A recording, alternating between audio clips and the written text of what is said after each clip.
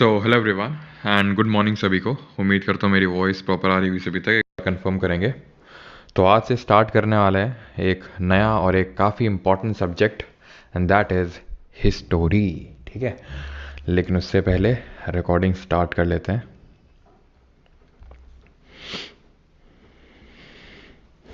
हाँ जी, तो आज से हम लोग स्टार्ट करने वाले हैं एक बेहद ही important chapter and that is history. तो हम लोग का सबसे पहले हम लोगों ने कंप्लीट किया ज्योग्राफी, देन हम लोगों ने कंप्लीट किया पॉलिटी, देन हम लोगों ने किया बायोलॉजी, देन हम लोगों ने किया केमिस्ट्री और अब हम करेंगे हिस्ट्री। ठीक है, तो एक बार मैं चेक कर लेता हूँ सारी चीज़ें प्रॉपर हैं कि नहीं।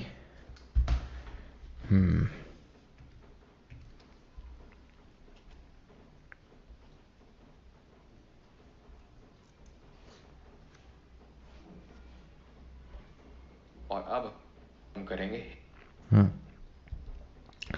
सिराज 6000 जाएंगे, सिराज 6 के 6 जाएंगे। अच्छा अच्छा, चलो।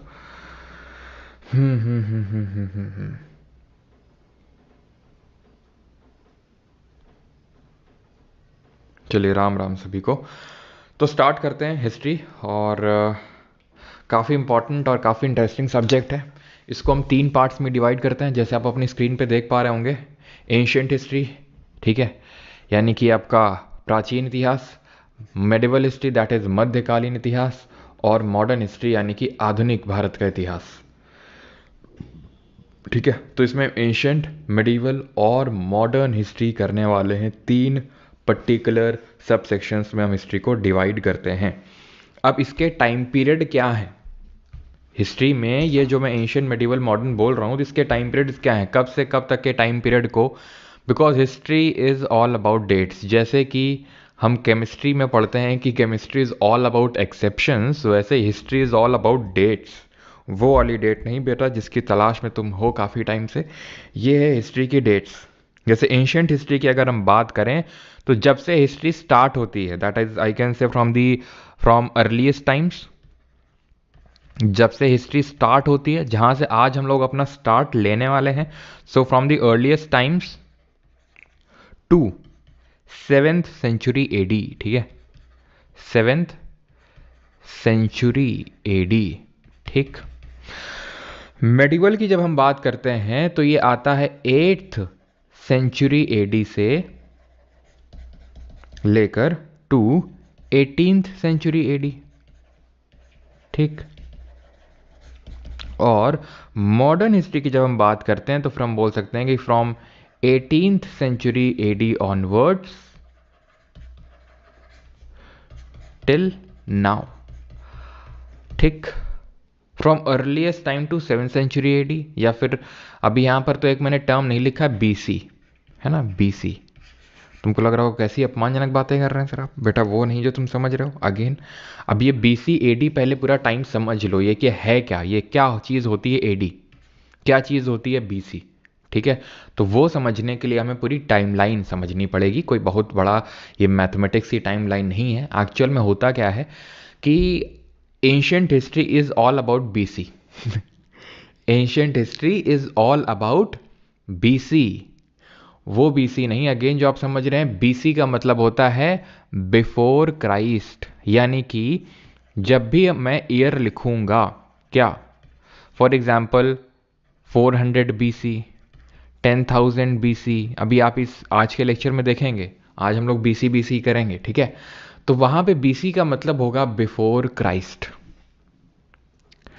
400 बीसी के बाद हम कभी पढ़ रहे होंगे 400 एडी, 400 एडी में भी हम आएंगे। तो हम डिफ्रेंशिएट कैसे करेंगे कि भाई 400 बीसी और 400 एडी में क्या अंतर है। तो टाइमलाइन आप समझ लो, आज क्या चल रहा है प्रेजेंट टाइम में, अगर हम देखें तो 2024 चल रहा है, 2024। कुछ ही दिनों में हम 2025 में एंटर करने वाले हैं। तो ये जो 2024 है, ठीक है, इससे पहले 2023 रहा होगा, 2022, 21, ऐसे कर करके कभी हम जीरो पे आएंगे कि नहीं। अगर हम 2024 से 2024 घटा देंगे तो यानी आज से 2024 साल पहले क्या रहा होगा, जीरो। तो क्या उससे पहले लाइफ एग्जिस्ट नहीं करती थी क्या? 2024 साल पहले ही क्या लाइफ एग्जिस्ट करी क्या? नहीं। हमें तो पता है कि अर्थ की यहां तक की एज तो कितनी है, अर्थ की एज जब हम बात करते हैं तो अर्थ की एज है 4.5 बिलियन ईयर्स अगो। अब मैं आपसे ये नहीं बोल रहा हूँ कि 4.5 बिलियन ईयर्स अगो ही लाइफ ओरिजिनेट हो गई थी अर्थ में, लेकिन हाँ लाखों साल पहले तो लाइफ ओरिजिनेट हो गई थी। मैं बोल दूँ रफली कि भाई 2.5 लाख साल पहले, 5 लाख साल, 5 लाख साल पहले लाइफ ओरिजिनेट हो गई थी। ठीक है, 1 लाख तो मानोगे ही, कहाँ 1 लाख, कहाँ 2024। ठीक है, तो जीरो से पहले क्या रहा, क्या था? तो जीरो से पहले जो ईयर्स होते हैं उनको हम बीसी से रिप्रेजेंट करते हैं। क्यों? क्यों हमने इसी को जीरो माना? क्या हुआ था ऐसा? तो इस टाइम पे हुआ था, and that is zero. That means the birth of Jesus Christ. Jesus Christ ji का जन्म हुआ था। ठीक है, जिसके लिए कल आप जानते हैं कि जीसस क्राइस्ट के लिए हम कल जो क्रिसमस मनाते हैं, है ना, 25 दिसंबर को। तो उससे पहले जितने भी ईयर्स हैं हमारे before the birth of Jesus Christ, उनको हम बीसी यानी कि बिफोर क्राइस्ट बोलते हैं। और जो इसके बाद के हैं उनको हम या तो CE which stands for common era, which stands for common era, या फिर एडी बोल देते हैं। एडी मतलब एनो डोमिनियन, और बीसी मतलब बिफोर क्राइस्ट, या फिर बीसीई भी अगर आप कहीं लिखे देखोगे तो कंफ्यूज मत होना, वो बीसी की ही बात हो रही, बिफोर क्राइस्ट एरा, बीसीई। और अगर कहीं सीई लिखा देखो तो इसको बीसीई से कंफ्यूज मत कर लेना, सीई का मतलब होता है एडी। तो बीसी और एडी ध्यान रखना, बीसी का मतलब है कि जीसस क्राइस्ट के जन्म से पहले, और एडी का मतलब है जीसस क्राइस्ट के जन्म के बाद। ये बहुत इंपॉर्टेंट है, नहीं तो आपको फिर कंफ्यूजन होगा। और इसमें ये इंपॉर्टेंट नोट करने वाली चीज़ है, दैट इज़ कि जो आपका, जैसे अगर मैं बोलूँ बेटा 2020 पहले आया था या 2023, तो आप बोलोगे 2020, ऑब्वियस सी बात है।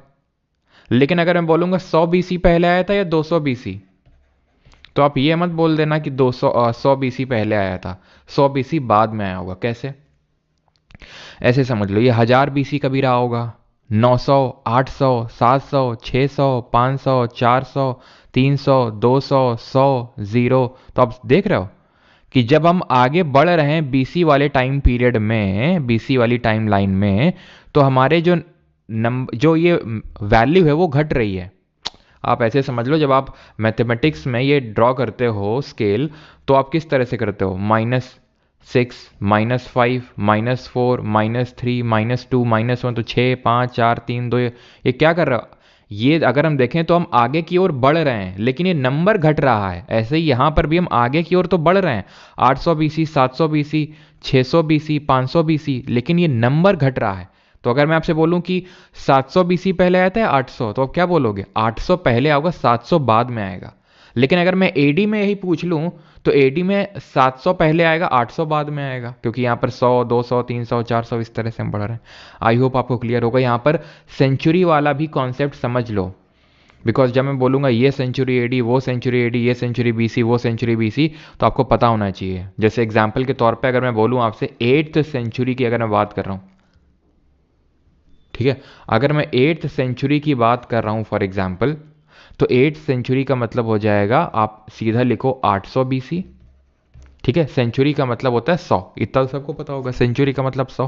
तो 8th सेंचुरी मतलब 800, और उससे 100 घटा दो तो 700।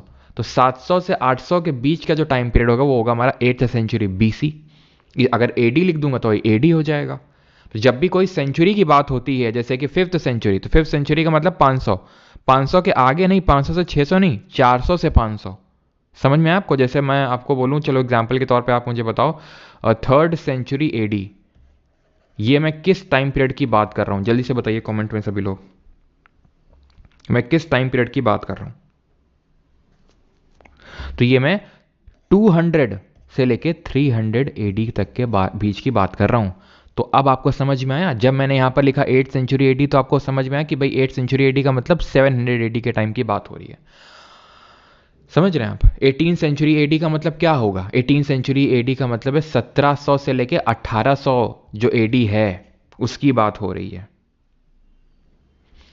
यार आज ये नेट चला क्यों गया? एक सेकंड रुको, एक सेकंड रुकिएगा। किससे कनेक्टेड है? नेट आज उड़ गया पूरा। एक सेकंड रुकिएगा थोड़ा सा।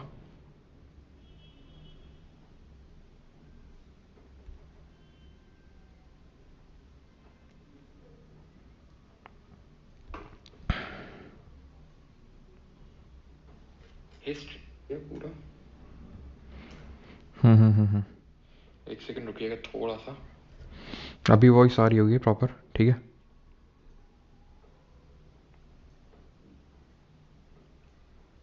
अभी वॉइस आ रही है ना, एक बार कंफर्म कर देना।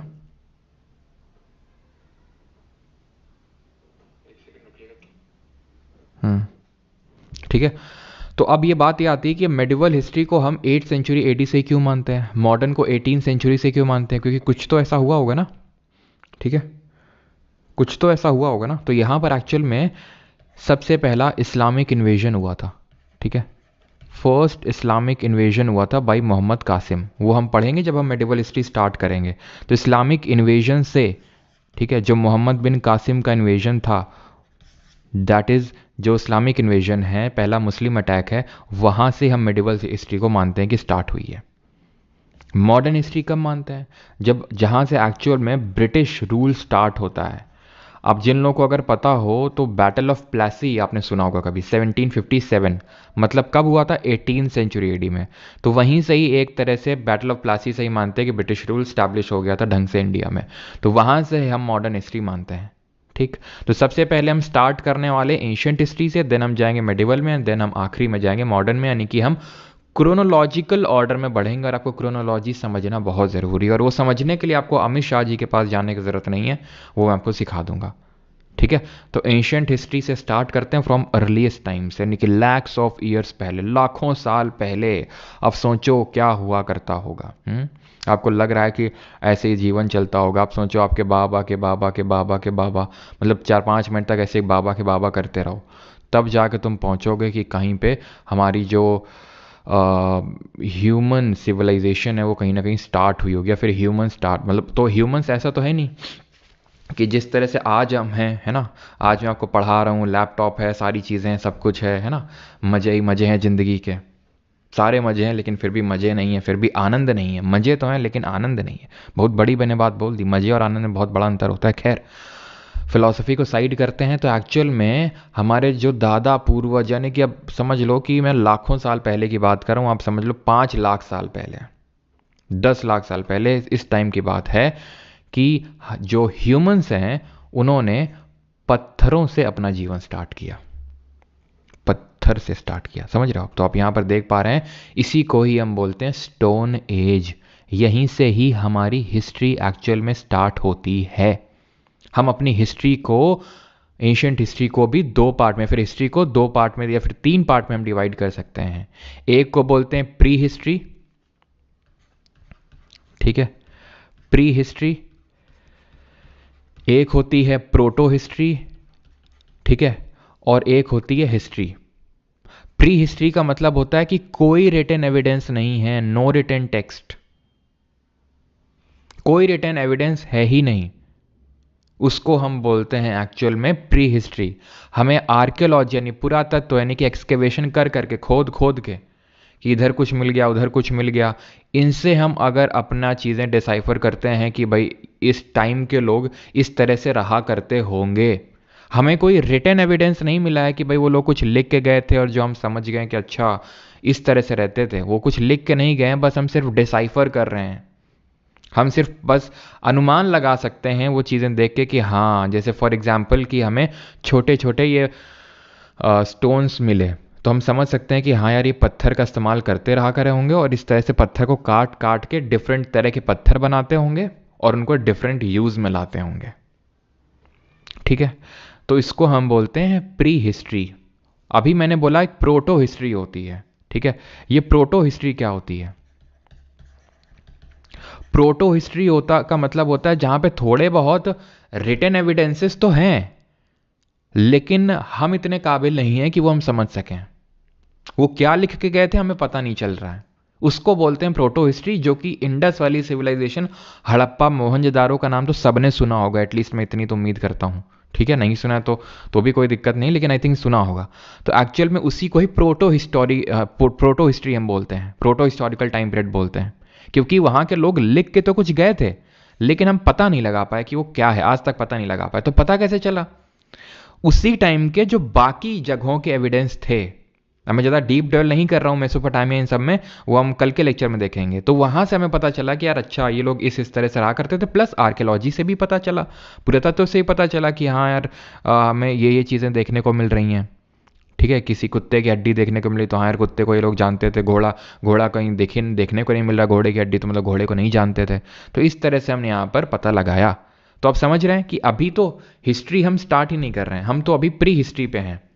प्री हिस्ट्री का मतलब है कुछ लिख के नहीं गए। तो सबसे पहले यानी जब हम स्टोन एज की बात करते हैं तो स्टोन एज और कॉपर एज, यहाँ के लोग कुछ लिख के नहीं गए थे, सिर्फ हमें आर्कियोलॉजिकल एविडेंसेस से ही पता लगाना पड़ा कि इनका लाइफस्टाइल क्या था, ये लोग किस तरह से रहते थे, वो सारी चीज़ें। तो आज के लेक्चर में हम प्री हिस्ट्री करने वाले हैं, प्रोटो हिस्ट्री कल से करेंगे और परसों के लेक्चर से हिस्ट्री एक्चुअल में स्टार्ट होगी। तो आज हम स्टोन एज और कॉपर एज देखने वाले हैं। तो स्टोन एज को स्टोन एज क्यों बोलते हैं आप समझ गए होंगे, क्योंकि यहाँ जो इंसान होता था वो वो टूल्स, उन टूल्स का इस्तेमाल करता था, उन औजारों का इस्तेमाल करता था जो स्टोन यानी कि पत्थर से बने होते थे। ठीक है, इसको आप अभी भूल जाओ क्योंकि ये हम कल के लेक्चर में देखेंगे ब्रॉन्ज एज, जो कि हमारा हड़प्पा मोहनजोदारो ये सब, इसको हम प्रोटो हिस्ट्री बोलते हैं। ठीक, स्टोन एज को हम 3 बेसिस पे क्लासिफाई करते हैं। किस बेसिस पे? On the basis of stone tools used. किस तरह के वो स्टोन टूल्स का इस्तेमाल करते थे उसके बेसिस पे हम स्टोन एज को भी 3 पार्ट में डिवाइड करते हैं, पीलियोलिथिक, मीजोलिथिक और नियोलिथिक। चैल्कोलिथिक नहीं, ठीक है, ये गलत लिखा हुआ है यहाँ पे, ये होगा आपका नियोलिथिक। ठीक है, ये होगा आपका नियोलिथिक। पीलियोलिथिक, मीजोलिथिक और नियोलिथिक, इसको बोलते हैं हिंदी में पुरा पाषाण, मध्य पाषाण और नव पाषाण। पाषाण का मतलब है स्टोन, लिथ का मतलब स्टोन होता है, पीलियो का मतलब ओल्ड, तो ओल्ड स्टोन एज। ठीक है, मीजो का मतलब होता है मिडिल। इतना सिंपल सिंपल सा भी क्वेश्चन पूछ लेता, आप यकीन नहीं करोगे, एसएससी में भी और यूपीएससी के जैसे सीडीएस सीएपीएफ जैसे एग्जाम होते हैं, हम सारे क्वेश्चन करेंगे, यूपीएससी के भी क्वेश्चन करेंगे, एसएससी के भी क्वेश्चन करेंगे, जैसे हम करते आए हुए हैं। ठीक है, तो ये आपका जो सीडीएस और सीएपीएफ के लिए जो भी स्टूडेंट्स प्रिपेयर कर रहे हैं उनके लिए भी है ये। ठीक है, तो न्यू स्टोन हम सारे क्वेश्चंस करेंगे जो रिसेंट एग्जाम में है, चाहे वो यूपीएससी हो चाहे एसएससी, तो उससे आपको क्लियर हो जाएगा कि हम लोगों ने सारा कुछ कवर कर लिया है। तो ये चीज़ क्लियर हुआ। ठीक है, वो डायरेक्टली आपसे पूछ लेगा न्यू स्टोन एज का मतलब क्या है, तो नियोलिथिक है। अब जब मैं बोलता हूँ पीलियोलिथिक तो मैं किस टाइम पीरियड की बात कर रहा हूँ, तो 5 लाख बीसी यानी कि ईसा मसीह के जन्म से 5 लाख साल पहले की बात कर रहा हूँ मैं, और उनके जन्म से 10,000 साल पहले, इस टाइम पे पीलियोलिथिक एग्जिस्ट करता था। फिर लगभग 9,000 या फिर 10,000 के समथिंग, 10,000 के बाद से लेकर 4,000 या चलो या तो आप यहाँ पर 7,000 कर लो, ठीक है, 7,000 बीसी तक मीजोलिथिक चला, और चैल्कोलिथिक जो था वो आपका 7,000 बीसी से लेकर 1000 बीसी तक चला। अब देखो है क्या, अब जैसे यहाँ पर 4,000 लिखा है तो ऐसा नहीं कि पूरी तरह से गलत है। अब है क्या कि जैसे हमने इनको डिवाइड किया है on the basis of stone tool, ये लोग बहुत बड़े बड़े स्टोन टूल यूज़ करते थे, अभी हम देखेंगे छोटे, ये और छोटे और अच्छे यूज़ करने लगे। तो वो डिपेंड करता है, हो सकता है कि यहाँ पे कोई साइट रही हो जहाँ पे बड़े बड़े पत्थर का लोग इस्तेमाल करते हों, और उसी टाइम पे यहाँ पर कोई एक साइट डेवलप हो गई जहाँ छोटे छोटे पत्थर का भी डेवलपमेंट स्टार्ट हो गया, और छोटे पत्थरों का डेवलपमेंट यहाँ पर स्टार्ट हो गया, लेकिन यहाँ पर काफ़ी लंबे समय तक कंटिन्यू रहा। तो ऐसे टाइम पीरियड बहुत ही ज़्यादा स्ट्रिक्ट नहीं होता है कि नहीं भाई 7,000 है तो 7,000 होगा, 6,000 नहीं होगा या फिर 8,000 नहीं होगा।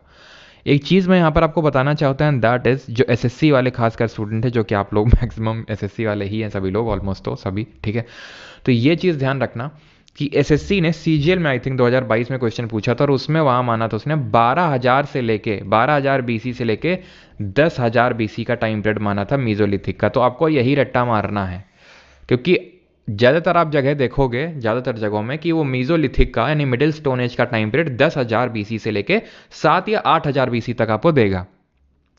लेकिन आपको तो यही रटना है, ये बोल के कि मुझे फर्क नहीं पड़ता कि किस बुक में क्या दिया है, कौन टीचर क्या बता रहा है, मुझे तो फर्क इस बात से पड़ता है कि मेरा एसएससी क्या पूछ रहा है, एसएससी क्या आंसर की में दे रहा है।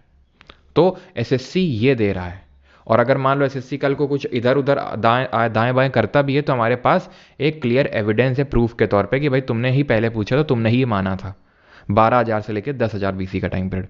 तो ये आपको रटना है, ये आपको याद रखना है, ठीक है, मैंने दोनों आपको क्लियरली बता दिया है। आपको ये याद नहीं रखना है, ठीक है। और नियोलिथिक का ये समझ गया। अब हम आते हैं एक एक करके देखते हैं पीलियो, मीजो और नियो में क्या अंतर है, ठीक। तो सबसे पहले तो आते हैं पीलियो। वॉइस ब्रेक हो रही है क्या? वॉइस ब्रेक हो रही है, एक बार कंफर्म कर दो। आई थिंक ब्रेक तो नहीं हो रही है। तो अब हम आते हैं स्टोन एज। आप देख सकते हैं कि ये पत्थर के बने हुए टूल्स हैं। तो सबसे पहले हम आएंगे पीलियोलिथिक। पीलियो मतलब ओल्ड और लिथिक का मतलब होता है स्टोन, ठीक। एक ही लोग का यार आ रहा है कमेंट, राय बाबू बंगाली, और इसके अलावा कुछ नहीं आ रहा है। नहीं नहीं नहीं, तो आप प्लीज़ अपना देख लो, बिकॉज और किसी का नहीं हो रहा है वॉइस ब्रेक, ठीक है। बेटा आर रंजन, जितना नीडेड है साइंस उतना ही पढ़ाएंगे। बाकी तुमको पीएचडी करनी हो तो कर सकते हो, जहाँ से पढ़ना है पढ़ सकते हो, ठीक है। क्योंकि यहाँ पर हम एसएससी के लिए पढ़ा रहे हैं, और बाकी जो सीडीएस जो सीएपीएफ है उसके भी क्वेश्चन करवाते चल रहे हैं। क्वेश्चन ना बना हो तो बताओ, ठीक है, या फिर कोई क्वेश्चन। बाकी हम पीएचडी करवाने के लिए आपको नहीं पढ़ा रहे हैं, ठीक। बाकी आप पढ़ सकते हैं जहाँ से आपको पढ़ना है, जिस किताब से आपको पढ़ना है। खैर, पीलियोलिथिक पे आते हैं। तो पीलियोलिथिक को भी हम 3 पार्ट में डिवाइड कर देते हैं, क्योंकि आप खुद सोचो 5 लाख बीसी से लेके 10,000 बीसी कितने साल हो गए? 4,90,000। अब 4,90,000 में चेंजेस तो यार हुए होंगे बीच बीच में। हम ऐसा तो नहीं बोल सकते कि नहीं 4,90,000 साल में बस लोग एक ही तरह से रहते थे। अलग अलग उन्होंने स्टोन टूल्स भी डेवलप किए होंगे इस 4,90,000 साल में। तो हाँ, माना कि आज जो है चेंजेस हमारे साल मतलब 5-5 साल में इतने भयंकर चेंजेस हमें देखने को मिल रहे हैं, लेकिन उस टाइम पे इतना मॉडर्न टेक्नोलॉजी तो थी नहीं, ठीक है। बहुत ही बेसिक तरीके से ह्यूमन का एवोल्यूशन हुआ था। तो इसको हम डिवाइड कर देते हैं लोअर या अर्ली, मिडिल और अपर। आई अगेन रिपीट, लोअर आपका पीलियोलिथिक जिसको हम अर्ली पीलियोलिथिक बोलते हैं, मिडिल पीलियोलिथिक और अपर पीलियोलिथिक। 5 लाख से 50,000 वाला है आपका लोअर, 50,000 से 40,000 है मिडिल, और 40,000 से 10,000 तक है आपका अपर, ठीक। तो एक्चुअल में जो हमारा एक तरह से मैं बोल सकता हूँ अर्थ है, ज्योग्राफी का पार्ट है ये, कि अर्थ की एवोल्यूशन के भी 4 स्टेजेस हैं। First stage, second stage, third stage and fourth stage. ये मैं अर्थ के एवोल्यूशन का बता रहा हूँ, ठीक है। तो एक्चुअल में जो अर्थ का हमारा स्टेज रहा है, यहाँ पर मैं लिखता हूँ जो चौथी स्टेज रही है जिसको हम क्वाटरनरी स्टेज बोलते हैं। क्वाटरनरी स्टेज को हम 2 पार्ट में डिवाइड करते हैं। एक को बोलते हैं प्लेस्टोसीन और एक को बोलते हैं होलोसीन। मतलब प्लेस्टोसीन का मतलब होता है आइस एज, यानी वो टाइम पीरियड था जब हमारी पृथ्वी, हमारी अर्थ का ज़्यादातर हिस्सा बर्फ से ढका हुआ था। तो एक्चुअल में ये जो पूरा पीलियोलिथिक हम पढ़ रहे हैं, ये पूरा कोइंसाइड किया था आइस एज से। मतलब पूरा पीलियोलिथिक जो एज था 5 लाख से 10,000, वो प्लेस्टोसीन का एरा था। वो प्लेस्टोसीन एरा में पीलियोलिथिक वाले लोग रह रहे थे। होलोसीन 10,000 से लेके आज अभी हमारा क्या चल रहा है, कौन सा स्टेज चल रहा है अर्थ का? होलोसीन। अब कल को अगर मान लो कुछ चेंजेस होते हैं, एस्टेरॉयड का इम्पैक्ट मान लो हो गया, एस्टेरॉयड गिर गया और एकदम से टेम्परेचर बहुत कम हो गया एकदम से हमारी अर्थ का, तो अगेन से हमारा एक और स्टेज, हम कुछ और स्टेज स्टार्ट हो जाएगा। हो सकता है पूरा हमारा ह्यूमन का सत्यानाश हो जाए, फिर से है ना बने, और फिर से आर्कियोलॉजी होगी, फिर है ना लैपटॉप मोबाइल ये सब मिलेंगे, फिर कोई ना कोई ऐसे पढ़ रहा होगा ठीक है। तो खैर ये प्लेस्टोसीन, तो ये मैं आपको बता रहा हूँ कि जो हमारी क्वाटरनरी स्टेज थी हमारी अर्थ के एवोल्यूशन की, उसको भी 2 पार्ट में डिवाइड करते हैं। एक तो आइस एज, आपने हो सकता है मूवी भी देखी हो, आइस एज करके मूवी भी बनी है इस पर एक, तो वो पीलियोलिथिक से पूरी कोइंसाइड करी थी, ठीक है। तो अब हम यहाँ पे सबसे पहले लोअर और अर्ली में पढ़ते हैं 5 लाख बीसी से लेके 50,000 BC, that is ice age, ठीक है। ये भी आइस एज है, और यहाँ से आइस एज खत्म हो गई थी धीरे धीरे, ठीक है। It coincided with the last phase of Pleistocene. तो सोहन एक वैली है पंजाब में, इसको सोन वैली बोलते हैं। बेलन वैली है, ये मिर्ज़ापुर में एक रिवर है, बेलन पड़ती थी उस टाइम पे, तो उसके आसपास ये बेलन वैली डेवलप हुई, जहाँ पर पीलियोलिथिक के लोग रहते थे, मतलब बड़े बड़े स्टोन टूल्स का यूज़ करते थे, ठीक है। बेलन वैली, डिडवाना राजस्थान, नेवासा महाराष्ट्र, हुंसगी कर्नाटका, पहलगाम कश्मीर, पटने महाराष्ट्र। तो ostrich evidence was found for the first time in पटने महाराष्ट्र, तो ध्यान रखिएगा। अब ये जो पीलियोलिथिक वाले लोग थे, ठीक है सर, अब वो भी करेंगे, ठीक है। तो जो पीलियोलिथिक वाले लोग थे, तो ये क्या थे, ये बड़े बड़े स्टोन टूल्स का यूज़ कर रहे थे और इन इन जगहों में रह रहे थे।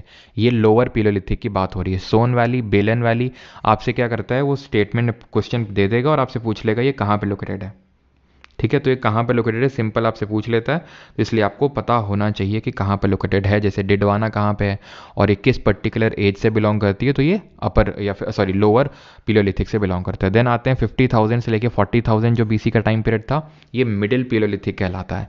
ये फ्लेक टेक्नोलॉजी पे बेस्ड था। ये क्या टेक्नोलॉजी होती है, तो आप खुद सोचो कि ये कितने साल हो गए, 4.5 लाख साल। 4.5 लाख साल बाद कुछ तो लोगों ने धीरे धीरे एवोल्यूशन किया होगा। तो अब उन्होंने क्या किया था, पत्थर में पत्थर मार के, जो आप इस पिक्चर में देख पा रहे हो, क्या कर रहे हैं भाई साहब, पत्थर में पत्थर मार के एक अलग से ऐसा टुकड़ा निकाल रहे हैं। अलग से ऐसा थोड़ा सा नुकीला टाइप का, थोड़ा सा नुकीला टाइप का पत्थर निकाल रहे हैं। इसी को बोलते हैं फ्लेक। फ्लेक का मतलब होता है एक साइड से चिप करके स्टोन को चिप करके एक ऐसा थोड़ा सा पॉइंटेड टाइप निकाल लेना। अब इसके यूज बढ़ जाएंगे। अभी ये जो पत्थर था, मान लो बड़ा वाला पत्थर, तो इससे मान लो किसी को मार दिया, छोटा जैसे खरगोश खरगोश है, हिरन हिरन है, तो फेंक के मारा, मर गया वो, ठीक। अब उसकी चीर फाड़ कैसे करेंगे, तो चीर फाड़ करने के लिए उन्होंने इस तरह का फ्लेक टेक्नोलॉजी का इस्तेमाल करना शुरू किया। थोड़ा पॉइंटेड बनाया तो चीर फाड़ इससे हो जाती थी और थोड़े बहुत और भी काम हो जाते होंगे।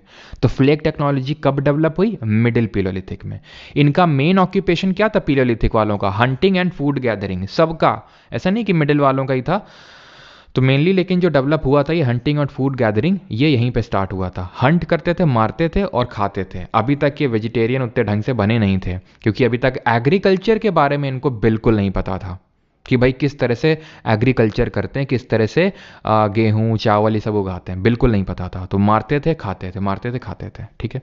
अपर पीलियोलिथिक में जैसे ने बताया, लास्ट फेज जो था आइस एज का, आइस एज के साथ पीलियोलिथिक भी खत्म हो गया।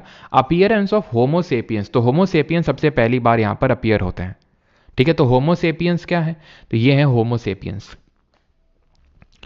हम सबसे पहले ऑस्ट्रेलोपिथिकस थे, ठीक है, इस तरह से। फिर धीरे धीरे हम होमो हैबिलस बने, होमो इरेक्टस बने, होमो नियंदरलेंस बने, ये अजीब सा नाम है, नियंदर क्या बोलेंगे इसको, नियंदर थैलेनेसिस, ठीक है। और फिर हम होमो सेपियंस बने, यानी कि धीरे धीरे हमारा एवोल्यूशन हुआ। डिफरेंट टाइप के एप्स पाए जाते हैं, पाए जाते थे, ठीक है, बंदर।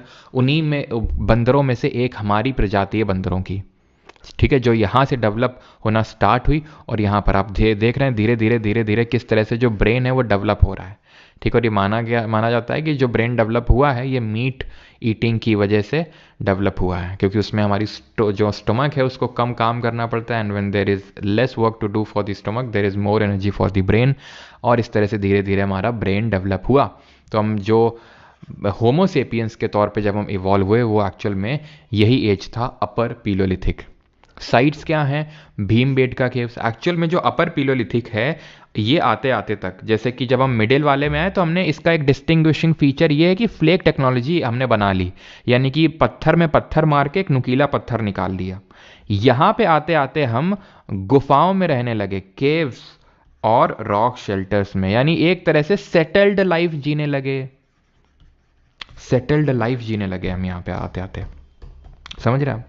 सेटल्ड लाइफ का मतलब ये है कि अब हम झुंड में रहने लगे, हमने अपने रहने के लिए कहीं पे थोड़ा सा गुफा उफा बना ली, ठीक है।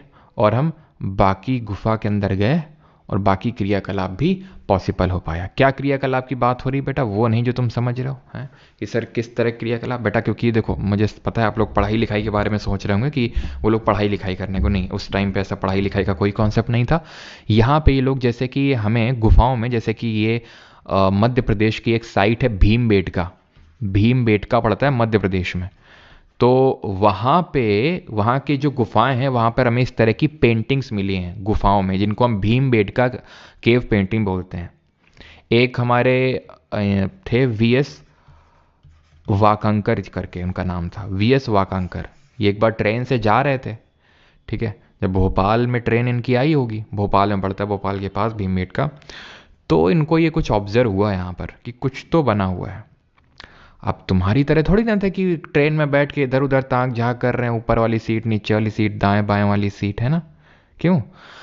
वो बाहर देखते थे, ठीक है, जो वीएस वाकंकर जी थे, तो उन्होंने देखा कि इस तरह का पेंटिंग था, तो वो फिर नियरेस्ट रेलवे स्टेशन पे उतर के उन्होंने इस पर रिसर्च करी। तो वहाँ पर उन्होंने पाया, फर्दर इसमें हुआ कि किस तरह से यहाँ पर पेंटिंग्स बनी हुई हैं, जो कि हमें कार्बन डेटिंग का इस्तेमाल करके, हमने पढ़ा था किस तरह से रॉक एज वगैरह निकाली जाती है, तो हमें पता चला कि ये जो लोअर हमारा अपर जो पीलोलिथिक है उस टाइम की ये पेंटिंग है, जहां पर आप ये देख पा रहे हैं किस तरह से घोड़े को दिखाया गया है। ये ऑब्वियस सी बात है, इंसान को दिखाया गया होगा इस तरह से, समझ रहे हैं आप। तो ये पेंटिंग्स, चित्रकारी वो लोग बनाए थे, तो जब गुफाओं में रहते होंगे तो इसको इस तरह से बनाते होंगे, ठीक है। तो एक तरह से हम बोल सकते हैं कि सेटल्ड लाइफ की शुरुआत, और रॉक के ये केव्स और रॉक शेल्टर मतलब रॉक्स, चट्टानों के बीच में रह रहे थे, तो वो अपर पीलोलिथिक से स्टार्ट होता है। इसकी साइट्स हैं इनाम गांव नेवाडा महाराष्ट्र में है, ये डिडवाना राजस्थान में है, और फ्लिंट स्टोन करके भी यहाँ पर ध्यान रखना, फ्लिंट जो और थोड़ा सा पतला हो गया फ्ले के कंपैरिजन में भी।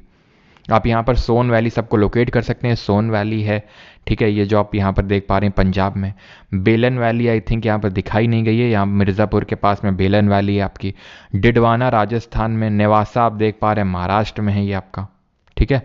तो ये चीज़ें कुछ कुछ यहाँ पर आई थिंक लिखा नहीं हुआ। देन अगर हम पहलगाम कश्मीर, हुंसगी कर्नाटका में अगर आप यहाँ पे आएंगे, तो हुंसगी कर्नाटका में दिखाई नहीं गया क्या यहाँ पे, आई थिंक लिखा नहीं, चलो कोई नहीं।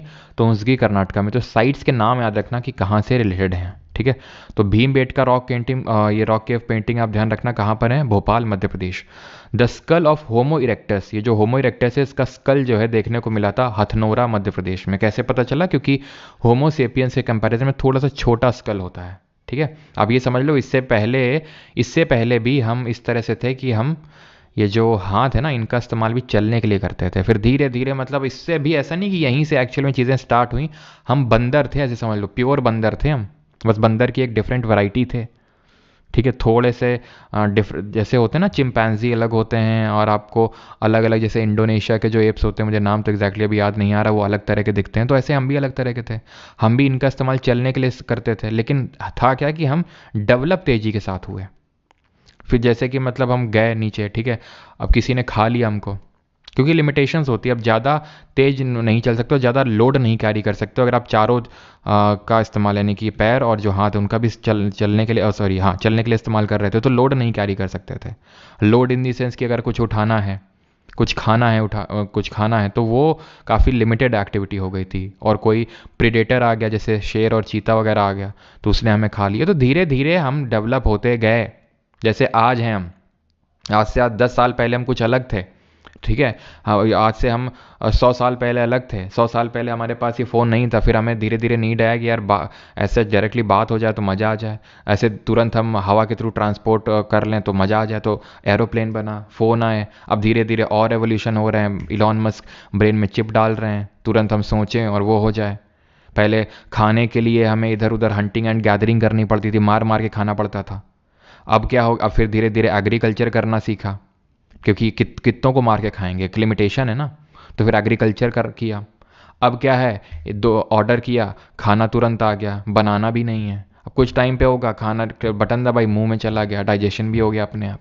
तो क्या है, धीरे धीरे धीरे धीरे हम एवोल्यूशन कर रहे हैं। हमारे बंदर वहीं के वहीं पे पड़े हुए हैं, जो बाकी टाइप बंदर है, क्योंकि वो एवोल्यूशन नहीं कर पा रहे हैं अपना ढंग से, ठीक है। अब उसके पीछे की हम न्यूरो साइंस में ज़्यादा नहीं घुसेंगे, ठीक है। बस ये ध्यान रखना कि होमो इरेक्टस का जो स्कल है ये हमें हथनोरा मध्य प्रदेश से मिला था, जो नर्मदा के पास पड़ता है, ठीक है।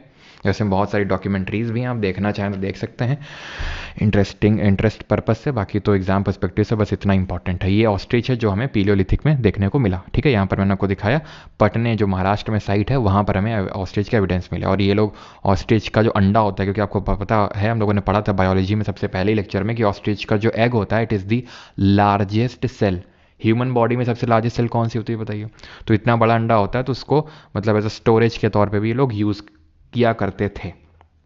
खैर, अभी आते हैं हम मीजोलिथिक पे।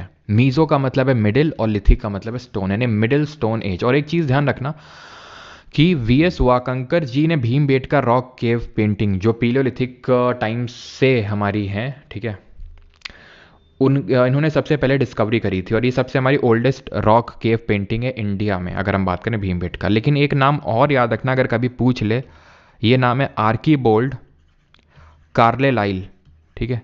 आर्कीबोल्ड कार्लेलाइल, ही वॉज द फर्स्ट जिन्होंने सबसे पहले कुछ केव पेंटिंग करके थोड़ा बहुत यहाँ पर आइडेंटिफाई किया था इंडियन सब कॉन्टिनेंट में, तो सबसे पहले फॉर द फर्स्ट टाइम। ठीक है, तो आर्कीबोल्ड कार्लेलाइल या तो वीएस वाकंकर जी का नाम याद रखेंगे। ठीक है, बस आगे बढ़ते हैं। मीजोलिथिक में मिडिल स्टोन एज, यानी कि मिडिल का मतलब क्या हो गया, पीलियो और नियो के बीच का, पीलियो मतलब ओल्ड, नियो का मतलब न्यू, और उनके बीच का मिडिल। मिडिल का मतलब हो गया मीजोलिथिक। ठीक है, और इसको माइक्रोलिथिक, थोड़ा सा वैसे लिखा हुआ है, माइक्रो यहाँ लिखा है ओलिथिक, मतलब ये पूरा कॉन्टिन्यूएशन में है, मतलब माइक्रोलिथिक ये पूरा है वर्ड। तो माइक्रोलिथ का मतलब क्या हुआ, माइक्रो मतलब छोटा, लिथ का मतलब पत्थर, यानी छोटे छोटे पत्थर अब यहाँ पर आ गए थे, बहुत छोटे छोटे, और थोड़ा सा उनमें पॉलिशिंग भी स्टार्ट हो गई थी। ये टाइम पीरियड है 9000 से लेकर 4000 बीसी, लेकिन आपको क्या याद रखना है, आपको तो याद रखना है 12000 से 10000 बीसी, आपको यही याद रखना है। ठीक, ट्रांजिशनल फेज तो मैंने बता दिया, वार्मर क्लाइमेट, क्योंकि अब यहाँ पर हम होलो सीन एरा में आ चुके थे, आइस एज खत्म हो चुका था, प्लेस्टोसीन खत्म हो गया था, होलो सीन एंटर कर गए थे। साइट है लंगनज, महसाना गुजरात में, भीमबेटका भी है, भीमबेटका वहाँ भी था, यहाँ भी है। चौपानी मांड उत्तर प्रदेश बेलन वाली के पास, Bagor Rajasthan. Earliest evidence of domestication of animals देखने को मिलते हैं। अब खुद सोचो कि ये लोग अभी हंटर और गैदरर थे, धीरे धीरे हमने देखा था कि अपर पीलियोलिथिक आते आते तक ये लोग गुफा में रहने लगे। अब गुफा के अंदर तुम्हें पता है, गुफा के अंदर अगर मान लो कुछ लोग कर रहे हैं तो वो लोग चाहते हैं कि भाई वो थोड़ी देर तक करें वो चीज़ें, कोई उनको डिस्टर्ब ना करे, तो सिक्योरिटी पर्पस मतलब कि कल्चरल एक्टिविटी, मतलब इस तरह से जैसे नाच गाना वगैरह, तो कोई डिस्टर्ब ना करे, तो कोई डिस्टर्ब ना करे अगर उनको, तो सिक्योरिटी पर्पस के लिए वो क्या करते थे, उन्होंने डोमेस्टिकेशन स्टार्ट किया एनिमल्स का। आज भी हम क्यों करते हैं डोमेस्टिकेट, किसको करते हैं भाई हम, कुत्ते को। ठीक है, किस पर्पस से करते हैं, ठीक है, आज तो पर्पस हमारे एक का दुक्का और पर्पस हो गए हैं, दैट इज़ कि इमोशनल सपोर्ट मिलेगा, है ना, डॉगी होता है तो इमोशनल सपोर्ट मिलता है, अच्छा लगता है घर में, क्योंकि धीरे धीरे हम न्यूक्लियर फैमिली की ओर भी बढ़ रहे हैं ना। ठीक है, माँ बाप को बाहर कर दिया है ना, डॉगीज़ को अंदर कर लिया, तो समझ रहे हैं भावनाओं को। तो मेन ये बात है कि हम रहते नहीं है जॉइंट फैमिली, तो हमें इमोशनल सपोर्ट चाहिए, तो इसलिए। लेकिन एक तो मेन ये भी है ना हमारा सिक्योरिटी पर्पस से भी, तो तब भी वही पर्पस था, सिक्योरिटी पर्पस। ठीक है, तो यहाँ से डोमेस्टिकेशन स्टार्ट होता है, और इसके हमें जो एविडेंसेस मिलते हैं वो ये जो बागोर राजस्थान है वहाँ से मिलते हैं। ठीक है, और आदमगढ़ करके भी जो जगह है मध्य प्रदेश में, यहाँ से भाई आदमगढ़ मध्य प्रदेश और बागोर राजस्थान से हमें अर्लीस्ट एविडेंसेस मिलते हैं। संगनाकल्लू कर्नाटका में और टूटीकॉर्न सदर्न तमिलनाडु में। माइक्रोलिथ का मतलब स्मॉल स्टोन होता है, जो यहाँ पर हमें एक डिस्टिंग्विशिंग फीचर है यहाँ का, जैसे कि ये जो आपका है स्टोन, ये मिडिल वाला पीलियोलिथिक था, उसका क्या था एक डिस्टिंग्विशिंग फीचर, फ्लेग टेक्नोलॉजी। अपर वाले का क्या था, इसका ये था होमोसेपियंस आए, प्लस यहाँ पर रॉक केव पेंटिंग देखने को मिलने लगी। ऐसे ही इसका जो डिस्टिंग्विशिंग फीचर है मीजोलिथ का, वो ध्यान रखना माइक्रोलिथ है, छोटे छोटे पत्थर यहाँ पर हमें अब देखने को मिले। ठीक, और ये लोग कैसे थे, ये भी क्या हंटर गैदरर थे क्या, बिल्कुल, ये भी अभी हंटिंग ही कर रहे थे और झुंड में थोड़ा सा घूमते थे, तो हंटिंग गैदरिंग और हर्डर्स भी थे ये। अभी ये लोग को भी एग्रीकल्चर के बारे में कुछ नहीं पता था। ये साइट ध्यान रखना, जो लंगनाज मैंने लिखी है, और भीमबेटका है, चौपानी मांड है, बागोर राजस्थान है। ठीक है, अमेरिका में तो लोग कैट डॉग एक्सेट्रा भी बन रहे, चलो छोड़ो। ठीक है, तो ऐसा नहीं कि सिर्फ डॉग का ही ये लोग डोमेस्टिकेशन करते थे, हो सकता है यहाँ तक कि हमें हाथियों तक के भी एविडेंस मिले हैं कि उनको। अब हम ये कैसे बोल सकते हैं कि सर उनको डोमेस्टिकेट करते थे, उनको पालते थे, ये कैसे पता चला। हम ये क्यों नहीं बोल देते शेर को भी पालते थे वो, क्योंकि हमें जो कुत्ता है यानी डॉग है उसकी बोन्स टूटी या कटी नहीं मिली। अब खुद ही सोचो, अगर मारे होते, मार के खाए होते कुत्ते को, तो इसे टूटी हुई होती ना। आप जब नॉन वेज आप में से जितने लोग होंगे उन्हें पता होगा, ऐसे आप तोड़ के ही खाते हो ना, तो बोन्स टूटी हुई नहीं मिली। और साथ ही साथ जो ह्यूमंस की बोन्स मिली, उनके आसपास ही हमें इनके कुत्तों की बोन्स मिली। उनके आसपास का मतलब मैं ये नहीं बोल रहा उनके बगल में ही सटा के, जो हमें आगे देखने को वो भी मिलेगा, उनके बगल में एकदम सटा के वो देखने को मिला। लेकिन यहाँ पर ऐसा सटा के हमें देखने को नहीं मिला कि उनके साथ डोमेस्टिकेशन किया गया हो, मतलब उनके साथ बरी किया गया हो, दफनाया गया हो। इतनी चीज़ क्लियर। तो ये साइट्स याद रखेंगे कहाँ पे कौन सी है। मैं बहुत ही स्पेसिफिक चीज़ें आपको करवा रहा हूँ, ना ज़्यादा डेप्थ में और ना ज़्यादा बहुत ऊपर ऊपर। नियोलिथिक पे आते हैं। नियोलिथिक ये कौन थे, न्यू स्टोन एज वाले थे, यानी कि इन्होंने अब स्टोन की कायदे से बहुत प्रॉपर तरीके के अलग अलग तरह के स्टोन्स बनाना शुरू कर दिया था अलग अलग पर्पस के लिए, और पॉलिश्ड स्टोन इन्होंने स्टार्ट कर दिए थे। पॉलिशिंग थोड़ा बहुत मीजोलिथिक में भी स्टार्ट हो गई थी, लेकिन प्रॉपर तरीके से नियोलिथिक में स्टार्ट हुई थी। अब इन लोगों ने फूड प्रोड्यूसिंग स्टार्ट कर दी थी, यानी कि ये लोग एग्रीकल्चर प्रैक्टिस करने लगे थे, क्योंकि कब तक मार के खाएंगे जानवरों को, उसकी भी एक लिमिटेशन है ना। तो एग्रीकल्चर प्रैक्टिस कर दिया। ये टाइम पीरियड ध्यान रखेंगे 7000 से 1000 BC। अब अगर एग्रीकल्चर कर रहे हैं, अगर अनाज उगा रहे हैं, तो अनाज को स्टोर भी तो करना होगा, तो उसके लिए क्या चाहिए होगी? पॉटरी। पॉटरी मतलब घड़ा टाइप ये। और किस तरह की पॉटरी है ये? इसको हम बोलते हैं, क्या बोलते हैं उसको? Cord impressed pottery. ठीक है, शायद ही पूछे, अभी तक तो मैंने देखा नहीं कभी क्वेश्चन इस पे कि, लेकिन अगर पूछे तो कॉर्ड इम्प्रेस्ड पॉटरी है ये। कॉर्ड इम्प्रेस्ड का मतलब होता है कि इसमें ऐसे कलर से नहीं है कि कलर भरा हो और ब्लैक रेड इस तरह से ना। कॉर्ड का मतलब ये जो लाइन लाइन देख रहे हो, ये कुछ ना कुछ बना रखा है, इसको बोलते हैं कॉर्ड इम्प्रेस्ड। ठीक है, तो ये फूड प्रोड्यूसर हो गए। और ये जैसे ना होता है स्पेशल तरह के स्टोन टूल्स का यूज करते थे, जैसे ये हो गया आपका, इसको सेल्ट बोलते हैं, CELT।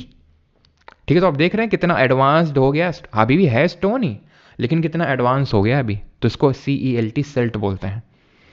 आर्ट वो भीमबेटका में देखने को मिलेगी, rock painting of humans, bird, animal, Neolithic people owned property also. ठीक है, तो भीमबेटका ये मत सोचना कि सर आप तो सब में पढ़ाए डाल ले, उसमें भी पढ़ा दिए थे, अपर पीलोलिथिक में भी, मीजोलिथिक नियोलिथिक था तो पढ़ा रहे हैं।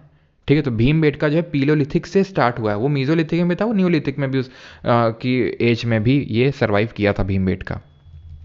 मतलब यहाँ पर लोग भीमबेटका के लोग जो थे, क्योंकि यार आप खुद सोचो, जब आपका एक बार एग्रीकल्चर हो गया, डेवलप हो गया, अब तुमको लगता है कि जो ये पीलोलिथिक वाले लोग थे, ये एक जगह पे रहते होंगे? क्योंकि भाई इनको मार मार के खाना है। अब मान लो इधर आसपास के एरिया के जो बेचारे जानवर थे, उनको मार मार खा लिया अब, और जो कुछ बच भी गए वो भाग गए होंगे कि यार ये इंसान पता नहीं अजीब टाइप का ही जानवर आया है, रहने ही नहीं दे रहा, ये तो मार मार के खाए डाल रहा है जेवलिन थ्रो कर करके, तो ये लोग भाग जाते थे वहाँ से। ठीक है, तो ये लोग भी एक जगह पे तो नहीं रह सकते ना, लेकिन जब एक बार एग्रीकल्चर हो गया आपके पास, तो आप एक जगह रह सकते हो।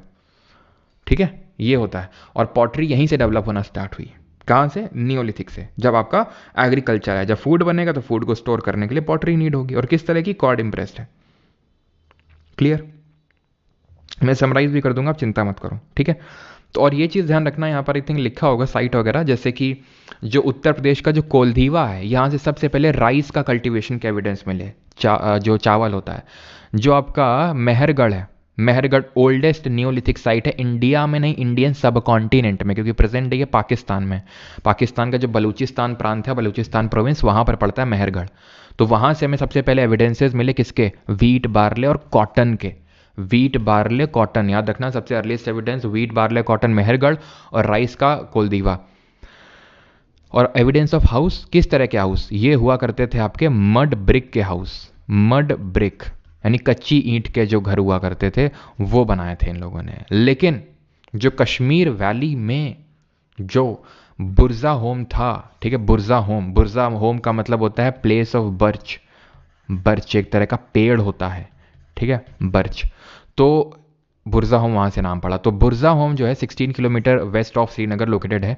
यहाँ पर हमें देखने को मिला कि यहाँ पे भी लोग रह रहे हैं, गुफाओं में नहीं, केव्स में नहीं, बना के कुछ। लेकिन ये मड ब्रिक हाउस नहीं बना पा रहे थे मेहरगढ़ वालों की तरह कि भाई इस तरह का बना दिया था ना। ये लोग क्या कर रहे थे? गड्ढा खोद खोद के अंदर रह रहे थे। इसी को बोलते हैं लेक साइड पिट। पिट का मतलब होता है गड्ढा, तो गड्ढे के अंदर रह रहे थे लोग। लेक के किनारे रह रहे थे बिकॉज लेक के किनारे मछली और ये जो श्रिम्प, झींगा वींगा है, सब मिल जाता है खाने वाने के लिए थोड़ा सा। ठीक, और यहाँ पर हमें domestic dogs were buried with their masters. आप समझ सकते हैं कि डॉग की इंपॉर्टेंस कितनी बढ़ गई थी अभी, कि जो कुत्ता था वो उसके मास्टर के साथ में बरी किया गया था, बगल में दफनाया गया था। वो हमें कैसे पता चला? क्योंकि जहाँ इंसानी कंकाल है, बगल में ही कुत्ते का कंकाल है, वो उसमें उसकी हड्डी बिल्कुल सही सलामत है, तो मतलब उसको मार के नहीं गाड़ा गया है। वो ऐसा हुआ होगा कि जैसे इंसान जैसे मर गया, अब एक साथ तो मरा नहीं गया, इंसान मरा, कुत्ता मर गया, इंसान मर गया, जब उसका कोई डॉग मरता होगा तो उसको भी साथ में वहीं दफना दिया जाता होगा, या डॉग मरता होगा तो उसको दफना दिया गया, जब उसका मास्टर मरता होगा तो उसको वहाँ दफना दिया जाता होगा। ऐसे ऐसे करके। ठीक है, गुफकराल की अगर बात करेंगे तो गुफकराल जैसे मैंने बताया कश्मीर वैली में बुरजा होम गुफकराल पढ़ते हैं। बुरजा होम देख लिया, दो चीज़ें, एक तो गड्ढे में रहते थे और डोमेस्टिक डॉग्स है ना, उनका साथ वरी किया था मास्टर्स के साथ। गुफकराल, गुफ का मतलब है गुफा, कराल मतलब जो कुम्हार हैं उनको बोलते थे। तो केव ऑफ पॉटर यानी कि कुम्हारों की गुफा, जहां पर कुम्हार क्या करते होंगे भाई, पॉटरी बनाते होंगे, ये पॉटरी बनाते होंगे। तो एग्रीकल्चर और डोमेस्टिकेशन ऑफ एनिमल यहाँ पर हम यहाँ से भी देखने को मिलता है। और केव of Potter 41 kilometre south east of Srinagar. Bihar की एक साइड है चिरांद, चिरांद बड़े चिरांद आदमी हो, हमारे कानपुर में एक शब्द चलता है चिरांद का मतलब, समझते हो तुम लोग, कितने लोग समझते हो चिरांद का मतलब? तो चिरांद से जो है हमें टूल्स ऐसे देखने को मिलते हैं जो बोन के बने हुए, हड्डी के। अब बहुत हुआ पत्थर, अब हड्डियों के टूल्स बनाने लगे, क्योंकि हड्डी क्या होता है, डंडे जैसा होता है और थोड़ा सा पहना भी होता है। तो हड्डियों से बने हुए टूल्स कहाँ से मिले? बिहार के चिरांद से। ठीक। और कर्नाटका में साइट है संगना कल्लू, ब्रह्मगिरी, मस्की, पिकली हल, हल्लूर, नियोलिथिक साइट हैं। हुंसगी, हुंसगी जो कर्नाटका में है, अगेन रिपीट, वो पीलियोलिथिक है हुंसगी। हल्लूर, पिकली हल, मस्की और ब्रह्मगिरी और संगना कल्लू, ये हैं आपकी नियोलिथिक साइट। आंध्रा में है आपकी बुडिहल, उटनूर और नागार्जुना कोंडा, इन रिवर के आसपास है। भीम, कृष्ण, तुंगभद्रा, ज्योग्राफी में सब पढ़ चुके हैं आप। जरा बताइए भीम किसकी ट्रिब्यूटरी है? तमिलनाडु में पय्यमपल्ली, कावेरी नदी के पास। बेलन वैली, कोलदीवा, मेहरगढ़ा, ये समय को बता चुका हूँ, कोलदीवा जहाँ पर हमें एविडेंस ऑफ राइस मिले। ठीक है, महागरा, ये मेहरगढ़ नहीं, महागरा ही है। गारो हिल्स मेघालय में। दाउजली हेडिंग है असम में, यहाँ से हमें जेडाइट पत्थर मिला। जेडाइट पत्थर ये हरे कलर का पत्थर होता है, ग्रीन स्टोन होता है, इसी को ही जेडाइट स्टोन बोलते हैं। कहाँ से मिला? दाउजली हेडिंग, ये पड़ता है असम में, दाउजली हेडिंग। चिरांद ये है आपका बिहार में। कोलदीवा, ठीक है, इलाहाबाद में। फिर हल्लूर, ठीक है, ये आपका कहाँ पर है? कर्नाटका में। मेहरगढ़ पाकिस्तान में। बुरजा होम और गुफ कराल ये आपका पड़ता है कहाँ पे? कश्मीर में। क्लियर है इतनी चीज़? ठीक है। और पय्यमपल्ली है ये आपका नियोलिथिक, और यहाँ पर आप देख सकते हैं, यहाँ पर लिखा है कि नहीं, यहाँ पर आई थिंक लिखा नहीं है इन्होंने, ऐतरापक्कम। ठीक है, ऐतरापक्कम, ये ऐतरापक्कम जो है आपका, ये साइट है पीलियोलिथिक। थोड़ा ध्यान रखना ऐतरापक्कम के बारे में भी, बाकी तो भी हम क्वेश्चन करेंगे तो और क्लियर हो जाएगा। कैटल हुयू के इंडियन सब कॉन्टिनेंट का नहीं है, ध्यान रखना, ये टर्की में पड़ता है। इसको हम प्रोटो सिटी यानी कि एक थोड़ा सा न्यू, सबसे जो लेटेस्ट सिटी है उस टाइम की मानते हैं। उस टाइम पे सबसे बढ़िया तरह से जो लोग रहते थे सिटी के तौर पे, वो कैटल हुयुक थी। नियोलिथिक साइट है ये। ठीक है, नियोलिथिक के अंडर पढ़ रहे हैं तो ऑब्वियस बात है नियोलिथिक होगा। कैटल हुयुक, ध्यान रखना, टर्की में फर्स्ट ह्यूमन प्रोटो सिटी। अब आते हैं, हमारा स्टोन एज खत्म हो गया यहाँ से, किसी कोई डाउट होगा तो पूछेगा। अब यहाँ से हमारा चाल्कोलिथिक यानी कि कॉपर एज स्टार्ट होगा।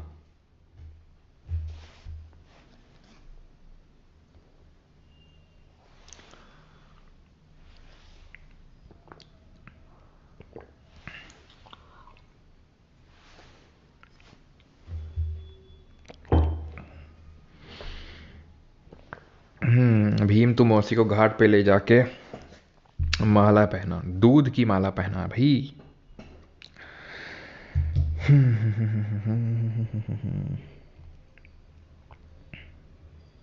सर सारी याद करनी होगी भाई, एकदम से आप लोड मत बढ़ाओ अपना। ठीक है, ये सारी हमें याद करनी है अभी, बस तुम समझो, क्वेश्चन करेंगे तो आधी से ज़्यादा तो वही क्वेश्चन में याद हो जाएंगी, फिर रिवीजन करोगे तो याद हो जाएंगे। ठीक है सर, मैं कोल्डिवा से हूँ। अच्छा, नो डाउट। ओके, रिकॉर्डिंग भाई इसका मिलता है आपको, रिकॉर्डिंग आपको मिलता है परमार एकेडमी एप्लीकेशन पे, क्योंकि बैच की क्लास हैं तो ये प्राइवेट हो जाती हैं कुछ टाइम बाद, मतलब 10 से 15 मिनट बाद, और वो पूरा आपको मिलता है बैच के अंदर, जो परमार एकेडमी एप्लीकेशन में नोट्स वगैरह सब कुछ। खैर आते हैं अभी चाल्कोलिथिक। अब जैसे उसको बोल रहे थे क्या, लिथिक मतलब कि स्टोन एज, यानी कि पीलियोलिथिक, मीजोलिथिक, नियोलिथिक, वैसे ही यहाँ चाल्को, चाल्को का मतलब होता है copper. Copper was the first metal, copper was the first metal discovered by humans। तांबा पहली धातु थी जो इंसान ने डिस्कवर करी। ये हम ज्योग्राफी में पढ़ चुके हैं कि कॉपर की माइंस कहाँ पे हैं, खेतड़ी राजस्थान में, मलजखंड मध्य प्रदेश में। सर ज्योग्राफी का हमारे ह्यूमन सेटलमेंट पे बहुत बड़ा इम्पैक्ट पड़ता है। जैसे जो हम चैल्कोलिथिक एज पढ़ने वाले हैं, अभी हम देखेंगे यहाँ यहाँ डेवलप हुई, ये छोड़ो हड़प्पा, ये देखो, ये यहीं क्यों डेवलप हुई, ज्योग्राफी इज़ द रीज़न, क्योंकि यहाँ पर माइंस थी। कॉपर ऐसा तो है नहीं कि सर ये माइंस तो अभी हैं, आज से इतने हजारों साल पहले। भाई ज्योग्राफी का मतलब होता है लाखों साल, मैंने बताया था। ज्योग्राफी का मतलब होता है लाखों साल, हजारों साल में तो कुछ सेंटीमीटर खिसकती है हमारी प्लेटें जो हैं, हमारी जो प्लेटें हैं वो बहुत कुछ सेंटीमीटर खिसकती हैं हजारों साल में। जैसे कि हर साल माना जाता है कि 2 से 3 सेंटीमीटर हर साल, तो 1000 साल बाद कितना, 1 मीटर मुश्किल से, 1-2 मीटर, कितना ही होता है, कुछ नहीं अगर हम देखें तो 1-2 मीटर ज्योग्राफी के हिसाब से। ठीक है, तो लाखों साल, तो ऑब्वियस सी बात है उस समय भी कुछ यही ज्योग्राफी रही होगी। खेतड़ी माइंस राजस्थान, मलजखंड मध्य प्रदेश। तो people in the rural communities, rural communities और डिफरेंट काइंड ऑफ सेटलमेंट, और उन सेटलमेंट को बोलते हैं कल्चर। ठीक है, आप देखो कल्चर कल्चर कल्चर, क्या है ये कल्चर।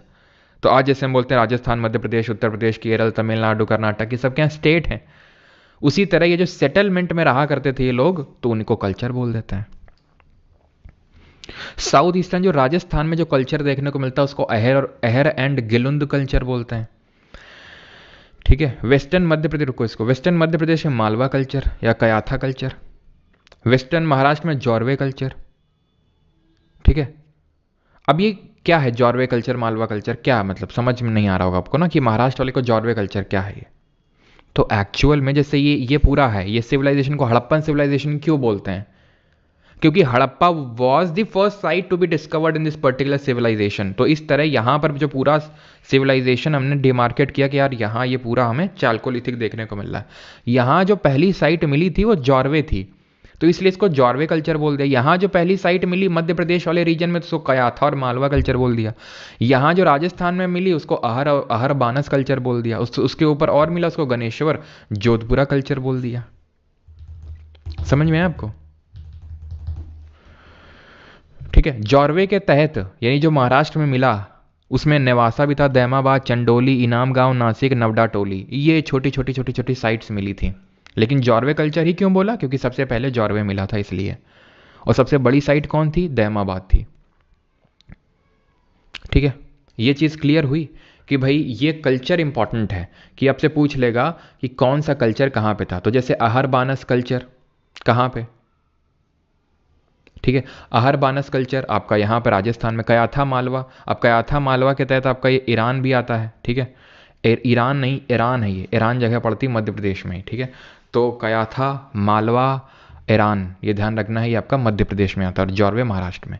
ये लोग अर्न बरियल प्रैक्टिस करते थे। अर्न बरियल का मतलब होता है जो कलश में जो अस्थियाँ, आज भी हम करते हैं इसको फॉलो, कलश में है ना अस्थियाँ डालते हैं और उसको उसका विसर्जन करते हैं, तो वो अर्न बरियल कहलाता है। Did not know about horses and burnt bricks, क्या स्टोन एज वाले हॉर्सेज जानते थे? बिल्कुल। ये मैं कैसे कह सकता हूँ, ये मैं ऐसे कह सकता हूँ, देख लो घोड़े नहीं बना रखे इन लोगों ने। लेकिन इंडस वैली वाले नहीं जानते थे जो बाद में आए थे। थोड़ी सी ये सरप्राइजिंग बात है लेकिन है। क्लियर। पॉटरी ये भी यूज़ करते होंगे। अब एक्चुअल में इसका भी चलो मैं कल बताऊंगा आपको, चलो हड़प्पा जब पढ़ाऊंगा। ठीक है, कि क्यों हड़प्पा भी यहाँ पे डेवलप हुआ। हड़प्पा के साथ ये लोग ट्रेड करते थे एक्चुअल में, अभी हम देखेंगे क्यों, क्या ट्रेड था, तो वो मैं आपको कल बताऊंगा। ठीक है, क्योंकि अभी वैसे तो समझ सकते हो, क्योंकि तुम्हें पता है कि ये, इसको हम ब्रॉन्ज एज बोलते हैं। ये चीज़ अभी नहीं, शायद आपको नहीं पता होगी। ठीक है, आपने नहीं पढ़ा होगा तो। और ब्रॉन्ज ये तो पता होगा किसका अलॉय होता है, कॉपर और टिन का, तांबे और टिन का। तो ये लोग कॉपर लिया करते थे इनसे, नीचे वालों से कॉपर, ये जो यहाँ रहते हैं। और ये लोग टिन लिया करते थे, ये वाला जो रीजन है अफगानिस्तान के जो आसपास वाला रीजन है, यहाँ से टिन उठाते थे, दोनों को मिलाते थे, ब्रॉन्ज बनाते थे। तो इनके साथ ट्रेड करते थे। जैसे इन्होंने, हड़प्पा वाले ने इनको पॉटरी दे दी और इन्होंने इनको कॉपर दे दिया। तो पॉटरी किस तरह की यूज़ करते थे ये, या तो ब्लैक एंड रेड थी मोस्टली। ठीक है, ब्लैक एंड रेड ही थी मोस्टली, ये चीज़ ध्यान रखना। ब्लैक एंड रेड वेयर का मतलब होता है कि या तो काली है, या तो पूरी लाल है, या कुछ काली है कुछ लाल है। ठीक है, और ये हो गई आपकी ऑकरे कलर। ऑकरे कलर जैसे नहीं वो होता है हमारा गेरू, जानते हो? कितने लोग गेरू जानते हैं, कितने लोग गेरू जानते हैं भाई? जैसे कि जो कच्ची ज़मीन होती है तो उसको गेरू से लीपा जाता है। पता नहीं तुमने पता है कि नहीं पता है, जैसे गांव में हमारे कच्चा है ना, घर वो कच्चा है, तो कच्चा है तो कच्चे में क्या होता है, लीपा जाता है, तो उसके लिए गेरू, गेरू को पानी में डालते हैं, पूरा बनाते हैं वो, है ना, पता है कितने लोगों को पता है। तो उसी कलर का, गेरुआ कलर का ये, ठीक है, ऑकरे कलर्ड पॉटरी। एक्चुअल में ऑकरे कलर्ड पॉटरी हम देखेंगे हड़प्पा वाले यूज़ करते थे, तो वो लोग ट्रेड करते थे इनके साथ तो देते थे। तो ब्लैक एंड रेड वेयर है, ठीक है। पॉटरी भी हम साथ साथ पढ़ते चलेंगे। जैसे अभी हमने कॉर्ड इम्प्रेस्ड पॉटरी पढ़ी थी पीछे। कॉर्ड इम्प्रेस्ड का मतलब है कि कलर नहीं था, वो धारी धारी से कुछ बनी हुई थी। अब यहाँ कलर स्टार्ट हो गया, ब्लैक एंड रेड। ये नॉर्थ, एक होती है NBPW, north black polished where, वो अलग होती है, वो हम बाद में पढ़ेंगे, ठीक है। ये भी ब्लैक एंड रेड वेयर और ऑकरे कलर ध्यान रखना, ठीक, क्लियर। अब किसी का यहाँ तक कोई डाउट ना हो तो क्वेश्चंस की ओर बढ़ा जाए, जल्दी से बताइए। कॉटन, कॉटन मैंने बताया था मेहरगढ़ में सबसे पहले देखने को मिला। टाइम पीरियड, ओके ठीक है, टाइम पीरियड यहाँ नहीं लिखा ना, तो टाइम पीरियड मैं आपको बता दूँ इसका, जो हमारा इसका था, किसका, हड़प्पन वाले का, वही उसी सेम टाइम पे ही उसकी के साथ ये हुआ था। आप ये मान के चलो कि रफली ये हमारा 1000 BC पे ख़त्म हुआ, तो ऐसा नियोलिथिक 1000 पे, तो ये मत सोचना कि चैल्कोलिथिक वाला 1000 से स्टार्ट होगा, नहीं, ठीक है। ये रफली आप ये मान के चलो जो 2500 या फिर 2000 भी आप कंसिडर कर सकते हो, 2000 BC, या फिर आप यहाँ पर 2500 ही लेके चलो, है ना।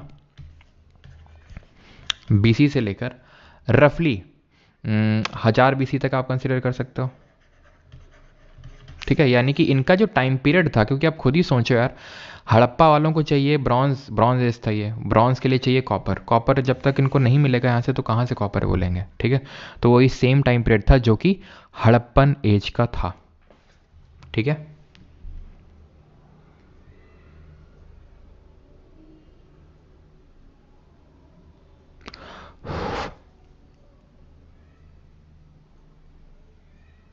चलो आगे बढ़ें अभी, ठीक है।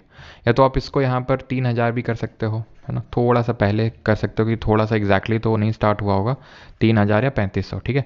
3500 BC से लेके लगभग 1000 BC तक, ठीक है। चलिए अभी आते हैं हम लोग क्वेश्चंस पे। आई थिंक इसके आगे तो कुछ नहीं है, एक बार मैं देख लेता हूँ। ठीक है, बाकी ये डाउट आउट आप पूछ सकते हैं यहाँ पे जाके इस वाले सेक्शन पे, ठीक है। यहाँ पे आप क्लिक करेंगे तो यहाँ पर चैट सेक्शन आएगा, और चैट में जो भी आप मतलब डाउट है आपके पूछ सकते हैं। और ये जो भी आपकी क्लासेस वगैरह हैं सब रिकॉर्डेड फॉर्मेट में जाती हैं बैच के अंदर, तो वहाँ से आप वो एनरोल करके जो क्लासेस हैं और जो नोट्स हैं उनको अवेल कर सकते हैं। अभी आते हैं हम क्वेश्चंस करते हैं। क्वेश्चन सबसे पहले हम करेंगे, पहले हम SSC वाले कर लेते हैं, देन ये CDS वाले पे आते हैं ना।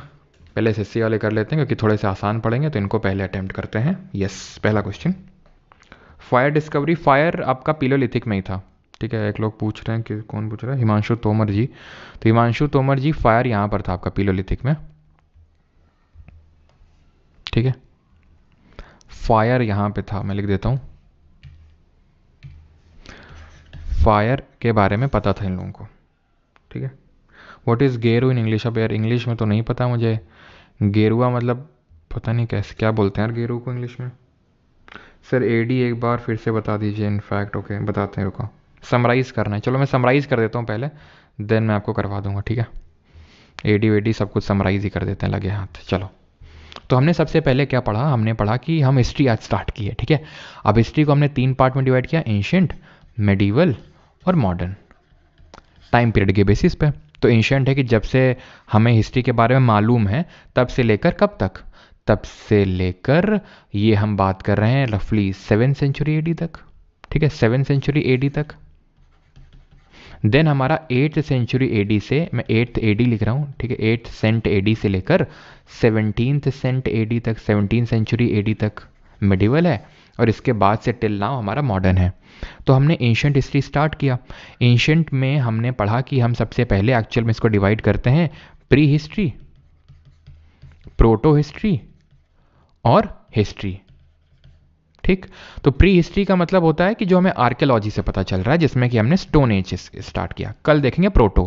प्री का मतलब है कि कोई रिटन एविडेंस नहीं है, प्रोटो का मतलब है कि रिटन तो है लेकिन हम डिसाइफर नहीं कर पाए, हम पता नहीं लगा पाए। हिस्ट्री का मतलब है यहाँ से एक्चुअल में रिटन एविडेंसेस थे जिनसे कि हमें पता चला, कोई ऑथर कुछ लिख के गया है ना, कौटिल्य ने कुछ लिखा, पनिनी ने कुछ लिखा, तो सब कुछ लिख के गए थे जिससे हमें पता चला।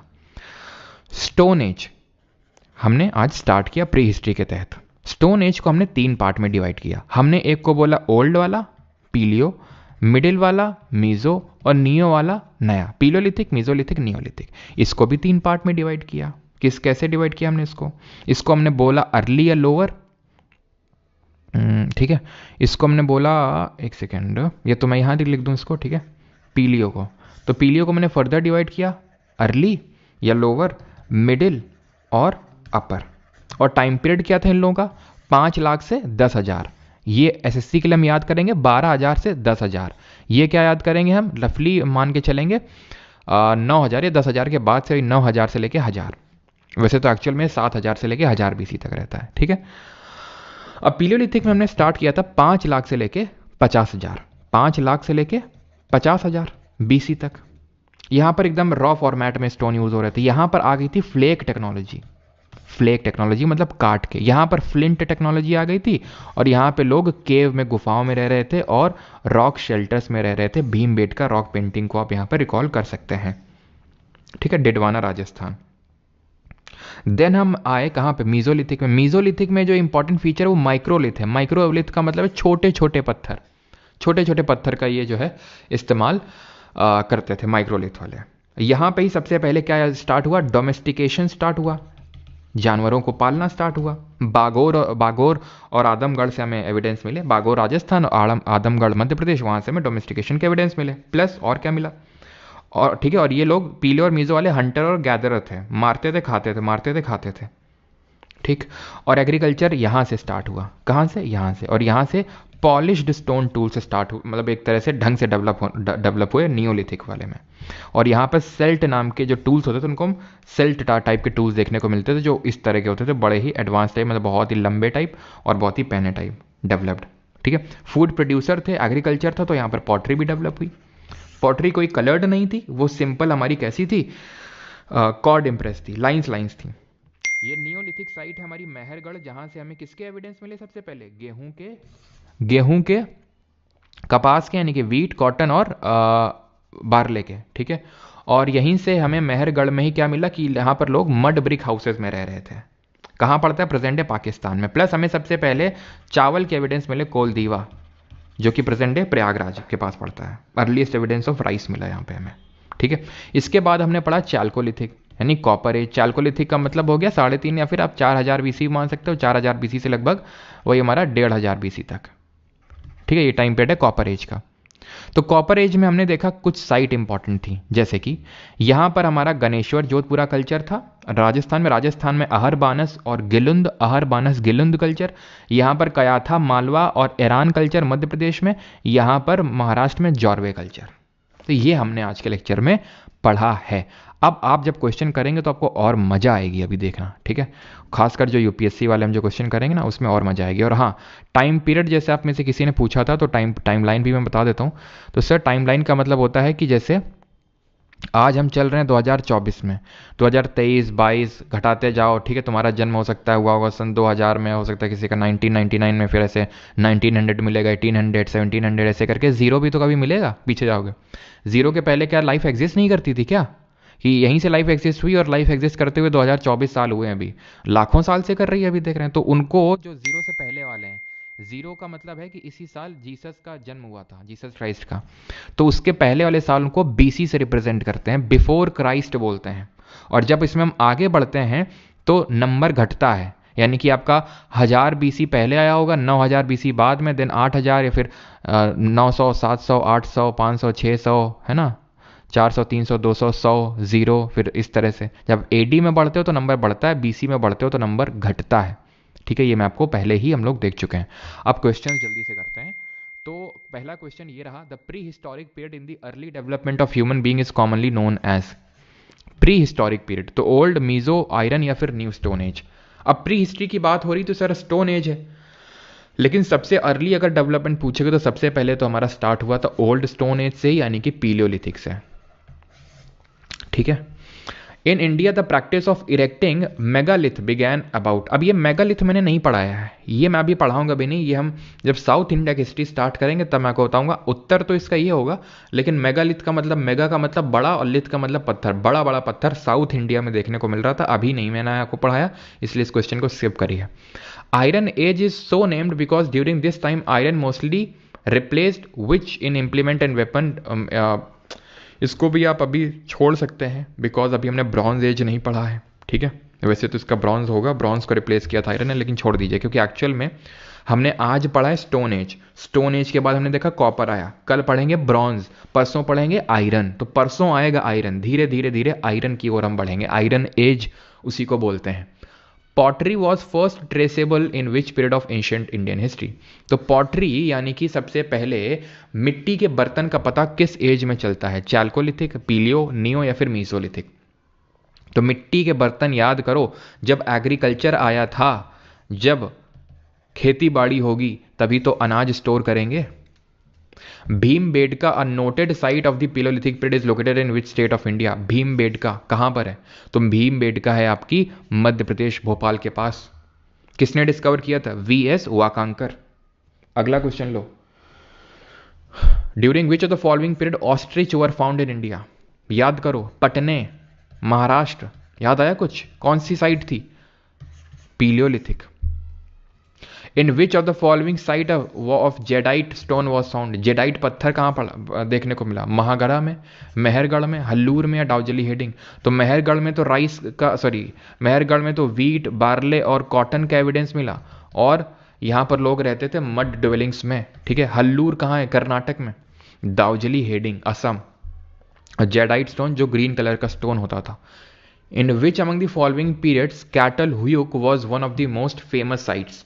तो कैटल हुयुक कहां पर देखने को मिला, नियोलिथिक, मीजोलिथिक, पीलोलिथिक या फिर चाल्कोलिथिक। हिमांशी, अप्रिंशिका, सेजल, चंदनी, सुपर्णा, रजत, प्रवीण, चलो सभी का सही है। सही आंसर क्या होगा यहाँ पर, कैटल हुयुक कहां पे, टर्की में। कौन सी थी, नियोलिथिक थी। प्रोटो है ना, प्रोटो सिटी, याद है, प्रोटो सिटी मैंने बताया था, one of the first modern city, कहां पर, टर्की, जो अभी तुर्की हो चुका है। The duration of mesolithic period, तो इसी क्वेश्चन की मैं बात कर रहा था। सीजीएल 12 दिसंबर 2022 को पूछा गया कि जो मीजोलिथिक पीरियड का ड्यूरेशन था वो क्या था। तो वैसे तो हमने पढ़ा है कि यार 10,000 में खत्म हुआ था पीलियोलिथिक, तो स्टार्ट हुआ। अब ये इंडिया की बात हो रही है, कहीं कहीं पे तो बहुत जल्दी ही मीजोलिथिक स्टार्ट हो गया था। बहुत जल्दी का मतलब हो सकता है वहाँ पर 15,000 बीसी में ही मीजोलिथ के हमें एविडेंस देखने को मिले थे, ठीक है। तो आंसर क्या होगा, 12,000 से 10,000, ठीक है। मोस्टली लोग जैसे जो खासकर जो ऐसे मतलब जिन्होंने क्वेश्चन नहीं किया तो लोग ये टिक करेंगे 10,000 से 7,000, लेकिन एक्चुअल में जो आंसर की में माना है तो ये माना है। तो एटलीस्ट ये कि अगर कल कोई पूछता है, ठीक है, तो हमारे पास एविडेंस है। A celt is dash from the neolithic period. तो सेल्ट क्या है, एक टॉम्ब है, हाउस है, टूल है, अर्न है। अगर मैंने नहीं, वैसे तो हमने अभी किया भी है, नहीं भी अगर मैंने पढ़ाया होता तो भी आप आसानी से कर सकते थे। टूम्ब वगैरह भी कहाँ, अभी ढंग से खाना तो मतलब उगा नहीं पा रहे हैं, ठीक है। एग्रीकल्चर अभी अभी अभी तो एग्रीकल्चर करना स्टार्ट किया, टूम्ब कहाँ से, रहने की तो दिक्कत हो रही है, जैसे हमने देखा था बुरजा होम में है, गड्ढा खोद खोद के रह रहे हैं, टॉम्ब कहाँ से बना लेंगे। हाउस ना, ठीक है। टूल, ये sorry yes it was a tool, ठीक है, मेड ऑफ स्टोन। अर्न क्या होता है, वो मैंने आपको बताया, कलश होता है वो earn. Microlith were dash used by early humans. तो माइक्रोलिथ क्या था और किस पीरियड में देखने को मिला माइक्रोलिथ। मोहित सिंह जी, बैच कैसे लेना, बैच परमार एकेडमी एप्लीकेशन और जो www.parmaracademy.in वेबसाइट है वहां से आप कर सकते हैं एनरोलमेंट, ठीक है। माइक्रोलिथ होते हैं आपके छोटे जो पत्थर होते हैं, that is small stone tools, option number B. Coin, सिक्के अभी डेवलप नहीं हुए थे, कपड़े भी नहीं, ठीक है, ढंग से डेवलप हुए थे। Which of the following is a palaeolithic site. तो यहाँ पर क्या आंसर होगा, माइक्रोलिथ आपके यहाँ पे मीजोलिथिक पीरियड में देखने को मिले थे, जो मध्य पाषाण था। Which of the following is a Paleolithic site of archaeological importance in India? चिरान, बुरजाहोम, Hunsgi या फिर मेहरगढ़। तो पीलियोलिथिक साइट है। तो मेहरगढ़ हमने देखा था, ये नियोलिथिक है। हुंसगी कर्नाटका में, याद है हुंसगी, हल्लूर, हुंसगी तो पीलियोलिथिक है, लेकिन हल्लूर जो थी कर्नाटका में वो आपकी नियोलिथिक थी। बुरजाहोम ये भी नियोलिथिक है, जहां से हमें, आपको पता है वो एक तो पिट ड्वेलिंग में गड्ढे में रह रहे थे और डॉग के बरियल था मास्टर के साथ। चिरान से क्या मिला था, चिरान जो कि पटना बिहार के पास है, क्या मिला था यहाँ पर, यहाँ पर बोन टूल्स मिले थे, यानी कि टूल्स मेड ऑफ बोन, हड्डी के बने हुए। The iron age site named Tikwada is located in, तो आयरन एज वैसे अभी तो पढ़ा नहीं, लेकिन तिकवाड़ा जो है आपका ये महाराष्ट्र में होगा, ना कि एमपी में, महाराष्ट्र में। Not associated with iron age, ये भी यार पढ़ा नहीं है वैसे तो अभी, ठीक है, इसको अभी स्किप कर दीजिए थोड़ा सा। विच ऑफ द फॉलोइंग, ये कल क्वेश्चन करेंगे। Which of the following periods in India is also associated with iron age, नहीं किया है अभी, ठीक है। वैसे तो आप कर सकते हैं इसको आराम से, क्योंकि आयरन अभी तक नहीं मिला था हमें नियोलिथिक में, यहाँ तक कि हड़प्पा वालों को भी नहीं मिला था। तो यहाँ पे अच्छा पूछा इज ऑल्सो एसोसिएटेड, तो आंसर होगा इसका लेटर वैदिक। ना तो पीलो में था, ना तो नियो में था, ना तो हड़प्पा वालों को पता था, लेटर वैदिक वालों को पता था। ये देख लीजिए एमटीएस इसी बार का क्वेश्चन है, ये भी एमटीएस इसी बार का क्वेश्चन है, ये भी एमटीएस इसी बार का क्वेश्चन है, ये भी एमटीएस इसी बार का क्वेश्चन है, ठीक है। आप देख सकते हैं 1 2 3 4, ठीक है, चौथा क्वेश्चन कर रहे हैं और इसी बार के एमटीएस के पेपर में पूछा गया। करेंगे अभी यूपीएससी वाले क्वेश्चंस भी करेंगे। तो megalithic site dash is a site on the river God, a tributary of Bhima. तो मेगालिथिक जो साइट है कौन सी, ये गॉड रिवर के पास देखने को मिलती है। इनाम गांव हल्लूर तो यार कर्नाटक में है, ठीक है, ये तो होगा नहीं, क्योंकि अगर आप देखें तो भीम रिवर ये महाराष्ट्र में फ्लो होती है, तो महाराष्ट्र में होनी चाहिए। और महाराष्ट्र में इनाम गांव है, इनाम गांव नवडा टोली, याद करो जॉर्वे कल्चर में था इनाम गांव, नवडा टोली दहमाबाद सबसे बड़ा था, ठीक है, तो होगा ऑप्शन नंबर ए। ये आखिरी क्वेश्चन करेंगे। देख रहे हैं ये भी क्वेश्चन किस में है, एमटीएस 2024, एमटीएस में भर भर के एक ही चैप्टर से सवाल आए, देख सकते हैं आप। एक चैप्टर को छोड़ना कितना नुकसानदायक हो सकता है, ठीक है। आयरन एज के बारे में यहाँ पर क्वेश्चन है। The establishment of large cities took place on the basis, वैसे तो आयरन एज यार पढ़ा नहीं है। The ceramic age was painted grey ware, the Indus valley civilization flourish during the iron age, गलत है यार, क्योंकि अभी कल पढ़ेंगे कि आयरन के बारे में इन लोगों को नहीं पता था, तो खैर छोड़ो, अभी इसको कल करेंगे। ये वाला आप अरेंज कर दो, लास्ट क्वेश्चन है, इसके बाद CDS CAPF के क्वेश्चंस करते हैं। Which of the following is the correct chronological sequence of the prehistoric period of human activities and civilisation.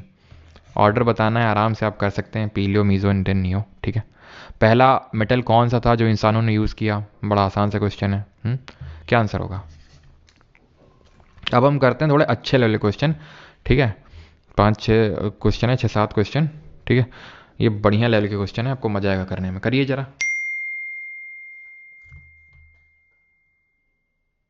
NTPC हो जाएगा क्या मार्च में एग्जाम है इस बैच से, बिल्कुल हो जाएगा शिवम, अगर मार्च तक तो खत्म हो जाएगा सब कुछ।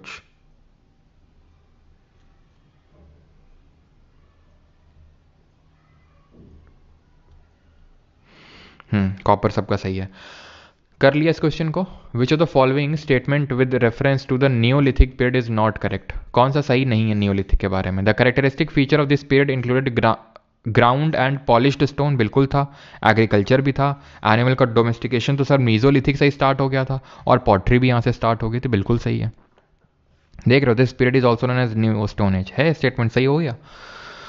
The characteristic feature appeared almost at the same time in various parts of the subcontinent. Earliest evidence of agriculture is found from Mehrgarh during 8000 BCE, बिल्कुल सही है। जो मेहरगढ़ है, हम बोलते हैं नियोलिथिक कब से स्टार्ट हुआ सर, 7000 से, ठीक है, तो 7000 8000 BC के अराउंड, BC आप समझते हैं बिफोर क्राइस्ट एरा, तो मेहरगढ़ उस टाइम पे डेवलप हुआ था, और वहाँ से एग्रीकल्चर के एविडेंस मिले, फॉर एग्जाम्पल गेहूँ, बार्ले, कॉटन, ठीक है, तो ये वाला गलत हो जाएगा, ऑड वन आउट, खत्म। ये तीनों सही हमने पढ़े हैं, ये नहीं पढ़ा है। Characteristic feature appeared almost at the same time पे थोड़ी ना अपीयर हुए। इसका बेस्ट एग्जांपल है मेहरगढ़। अभी मेहरगढ़ यहाँ पर है, मेहरगढ़ में नियोलिथिक एविडेंस आ गए, लेकिन तुमको क्या लगता है बुरजा होम और गुफकराल में भी इसी टाइम आ गए, चिरान में भी इस टाइम आ गए, यहाँ हल्लूर में कर्नाटक में भी आ गए, नहीं आए उस टाइम पे, सेम टाइम पे। सबसे पहले मीजोलिथिक के एविडेंस जैसे ना मेहरगढ़ में देखने को मिले थे। मीजोलिथिक एविडेंस का मतलब है वो लोग जो एग्रीकल्चर करना स्टार्ट कर दिए थे, जो पॉलिश्ड स्टोन का यूज़ करना स्टार्ट कर दिए थे। इनमें से कौन सा एक पॉटरी का टाइप नहीं है, बताओ जल्दी से। मैंने इसमें से आपको 2 करवा दी हैं, बाकी आप एलिमिनेट करके जल्दी से बताओ।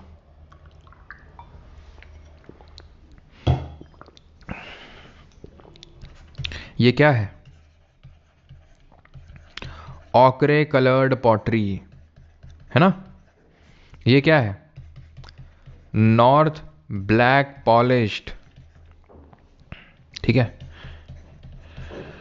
और ये क्या है, ये तो मैंने आपको पढ़ाया ही था, ब्लैक एंड रेड वेट, जो चैल्कोलिथिक में देखने को मिला है ना। तो ये 2 तो मैंने पता ही था, CC करके कुछ नहीं होता ये, ठीक है। Consider the following statement with reference to the palaeolithic, CDS 2023 palaeolithic के बारे में दिया हुआ है, जल्दी से करिए। Isampur was a well known centre of stone tool manufacture located in Gulbarga district of Karnataka and was situated along a small seasonal stream known as Kamtahalla. A Paleolithic blade is a flake tool, the length of which is more than twice the width. Flake tool मैंने बताया था कब develop हुआ था, middle पीलियोलिथिक में। कैसा था, कुछ इस तरह का था भाई, चिप ऑफ करके निकाला जा रहा था, किससे, बड़े वाले स्टोन से, बड़े वाले पत्थर से, साइड से मारा निकल गया।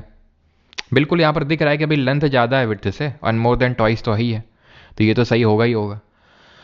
इसमें भी कोई डेटा कोई फैक्ट इस तरह से नहीं है, ठीक है, और ये सही है आपका। वैसे तो ईसमपुर जो है आपका ये गुलबर्गा डिस्ट्रिक्ट ऑफ कर्नाटक में ये साइट पड़ती है, ठीक है, ईसमपुर।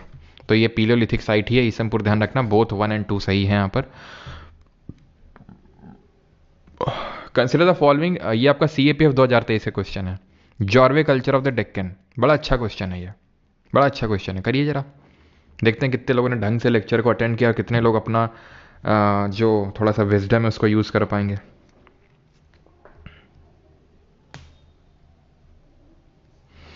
सर आपसे हिस्ट्री पढ़ के बिहार दरोगा क्लियर कर सकते हैं बेटा? हमसे हिस्ट्री पढ़ के हिस्ट्री अच्छी कर सकते हो, हिस्ट्री बिहार दरोगा एग्ज़ाम के लिए अच्छी कर सकते हो। बिहार दरोगा एग्ज़ाम में जो जो आता है वो सब पढ़ना पड़ेगा आपको, है ना, तब बिहार दरोगा का एग्ज़ाम क्रैक होगा। करें क्वेश्चन को। सर रेलवे के लिए PYQ कब होगा? होगा होगा, है ना, चलो तो करते हैं जरा। इट कवर्स प्रैक्टिकली, ये पूछ रहा है जॉर्वे कल्चर। जॉर्वे कल्चर मतलब चैल्कोलिथिक जो महाराष्ट्र में डेवलप हुआ था, यानी ये वाला, है ना। It covers practically the whole of the modern Maharashtra except, पूरा ही महाराष्ट्र देखा था, बस ये किनारे का पार्ट नहीं था, यानी कोस्टल पार्ट नहीं था। सही है ये। Pravara Godavari valley seem to have been the nuclear zone, का मतलब है कि सेंट्रल जोन ये था, इसके अराउंड डेवलप हुआ था। हमने नहीं पढ़ा है, मान लेते हैं नहीं पता है हमें, ठीक है। The large sites of this culture yield evidence of shifting culture के एविडेंस मिलते हैं। अब अगर आपने ये ज्योग्राफी पढ़ी है मेरे से, ठीक है, जो कि हमने अभी पढ़ चुके हैं, तो उसमें शिफ्टिंग एग्रीकल्चर देखा था क्या होता है, जिसको हम प्रिमिटिव सब्सिस्टेंस फार्मिंग के नाम से भी जानते हैं, जिसको स्लैश एंड बर्न एग्रीकल्चर बोलते हैं। स्लैश एंड बर्न का मतलब है, स्लैश का मतलब काटा, बर्न का मतलब जलाया। जलाने के लिए पहले तो काटना पड़ेगा ना, और काटोगे किससे? मुंह से काटोगे क्या? कट कट कट कट, ऐसे तो काटोगे नहीं। तो किससे काटोगे? औजारों से काटोगे। औजार किसके बने होते हैं? लोहे के, ठीक है। तो आप खुद सोचो कि बड़े बड़े जो पेड़ हैं जिनको क्लियर करके आपको वहां खेती करनी है, तो क्या आपको लगता है कि जब अब यहां पर आयरन तो अभी डेवलप हुआ नहीं है? हुआ है क्या? नहीं हुआ है। और कॉपर एक जो होता है, लेट मी टेल यू, हम पढ़ चुके हैं अभी केमिस्ट्री, पिछला चैप्टर पढ़ा है। कॉपर क्या होता है? कॉपर एक भाई सारे मेटल मैलेबल होते हैं, लेकिन आपको पता है कॉपर उतना हार्ड नहीं होता है, होता है लेकिन उतना हार्ड नहीं होता कि आप बड़े बड़े पेड़ काट डालें कॉपर से, और इतना लार्ज अमाउंट में अवेलेबल नहीं होता, आयरन के बिना पॉसिबल नहीं है। तो फिर ये कहाँ से शिफ्टिंग एग्रीकल्चर कर लेंगे, ठीक है। और दूसरा वाला आपका सही होगा ये, ठीक है। तो यहाँ पे ये थोड़ा सा लॉजिक लगाना था ज्योग्राफी वाला, कि जब आयरन नहीं है इनके पता, तो फिर शिफ्टिंग एग्रीकल्चर कैसे प्रैक्टिस कर लेंगे? शिफ्टिंग के तो स्लैश एंड बर्न करना पड़ेगा, काटना पड़ेगा, देन जलाना पड़ेगा। With reference to the mesolithic art in India, consider the following statement. CDS इसी बार के CDS का क्वेश्चन है 2024 का। Alexander Burnes discovered the first rock paintings in India at Sohagi Ghat in Uttar Pradesh. गलत हो जाएगा, मैंने अलेक्जेंडर बर्न्स तो पढ़ाया ही नहीं है। मैंने आपको आर्कीबोल्ड कार्लेलाइल का नाम बताया था, आर्कीबोल्ड कार्लेलाइल। और अगर हम बात करें जो भीमवेड का, वो तो VS वाकांकर करके थे, वो उन्होंने डिस्कवर किया था, ठीक है। तो ये नाम तो गलत होगा, पहला गलत, दो अपने आप सही हो गया, दो को सही होना ही पड़ेगा। Bhimbetka rock painting were discovered when archaeologist VS Wakankar, I think मैंने स्पेलिंग गलत लिख दी थी, वाकांकर जी की, W से स्टार्ट होता है ये, ठीक है। तो VS Wakankar noticed the rocks out of a train window while traveling from Bhopal to Itarsi and got off the nearest railway station to explore the site। सही है। तुम्हारे साथ कुछ और होता होगा, तुमने किसी को देख लिया है ना, उतर गए जल्दी से किसी और पर्पस के लिए। अब खैर मेरा मुंह मत खुलाओ तुम ठीक है, दूसरा तो सही खैर होना ही था। द पेंटिंग्स एंड एनग्रेविंग्स, मतलब तुमने कोई बुक देखी और तुम उतर गए बुक खरीदने के लिए, मैं उसकी बात कर रहा हूँ, ठीक है।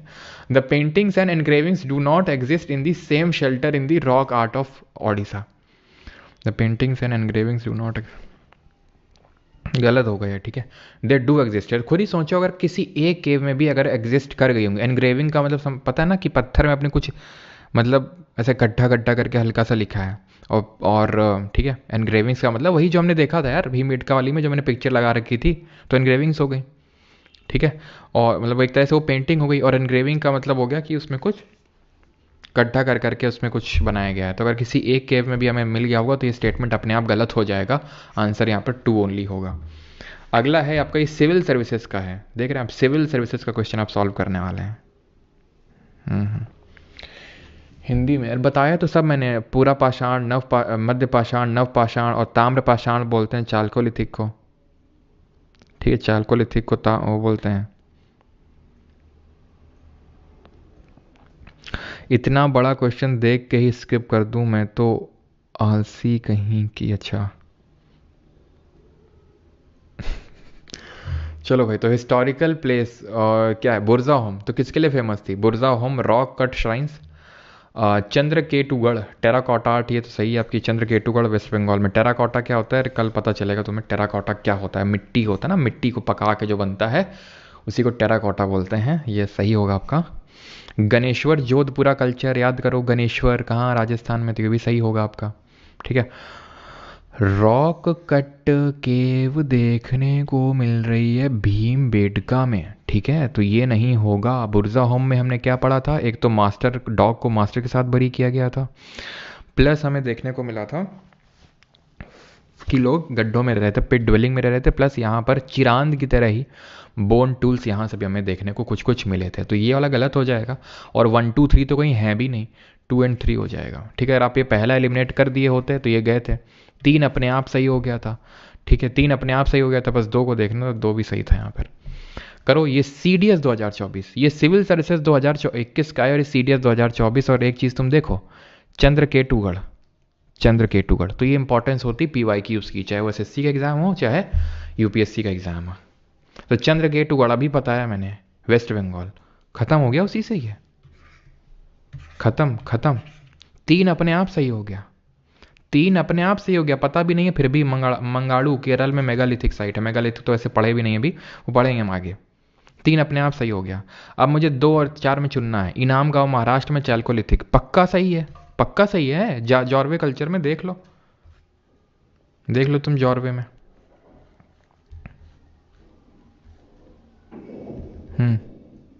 ये है इनाम गांव जॉर्वे के अंडर, चालकोलिथिक साइट, ठीक है। तो क्या आंसर हो जाएगा, 2 3, ऑप्शन नंबर बी। कर लो इस क्वेश्चन को। Consider the following archaeological site, बुरजा होम, सराईखोला, कुरनूल, अट्टी पक्कम। इसको क्या करना है, इनको अरेंज करना है लोकेशंस को नॉर्थ से साउथ में, यानी ऊपर से नीचे में अरेंज करना है इनको, नॉर्थ से साउथ, नॉर्थ से साउथ करना है। कुरनूल कहाँ पड़ता है भैया, नियोलिथिक साइट है ये, आंध्रा में। बुरजा होम देखे थे जम्मू एंड कश्मीर में, है ना।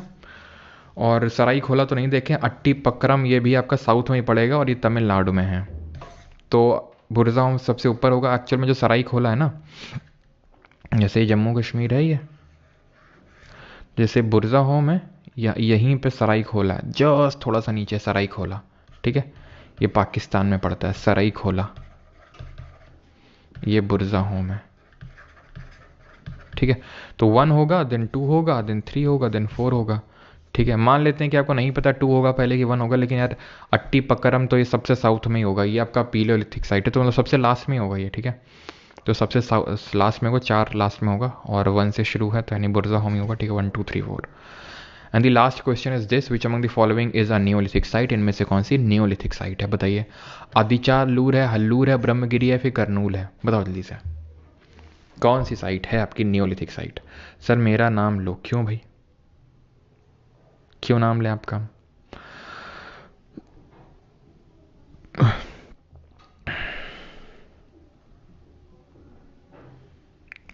तो भाई यहां पर सही आंसर क्या होगा, तो हल्लूर जो कि आपका आंध्रा में है, सॉरी कर्नाटका में, ठीक है, कुरनूल आंध्रा में, option number B. I got second rank in and IWAI MTS। Thank you so much Sartaj Satinder, congratulations for getting the AI2। Okay, चलो तो थैंक यू सभी को, सारे क्वेश्चंस हमने ख़त्म कर लिए हैं और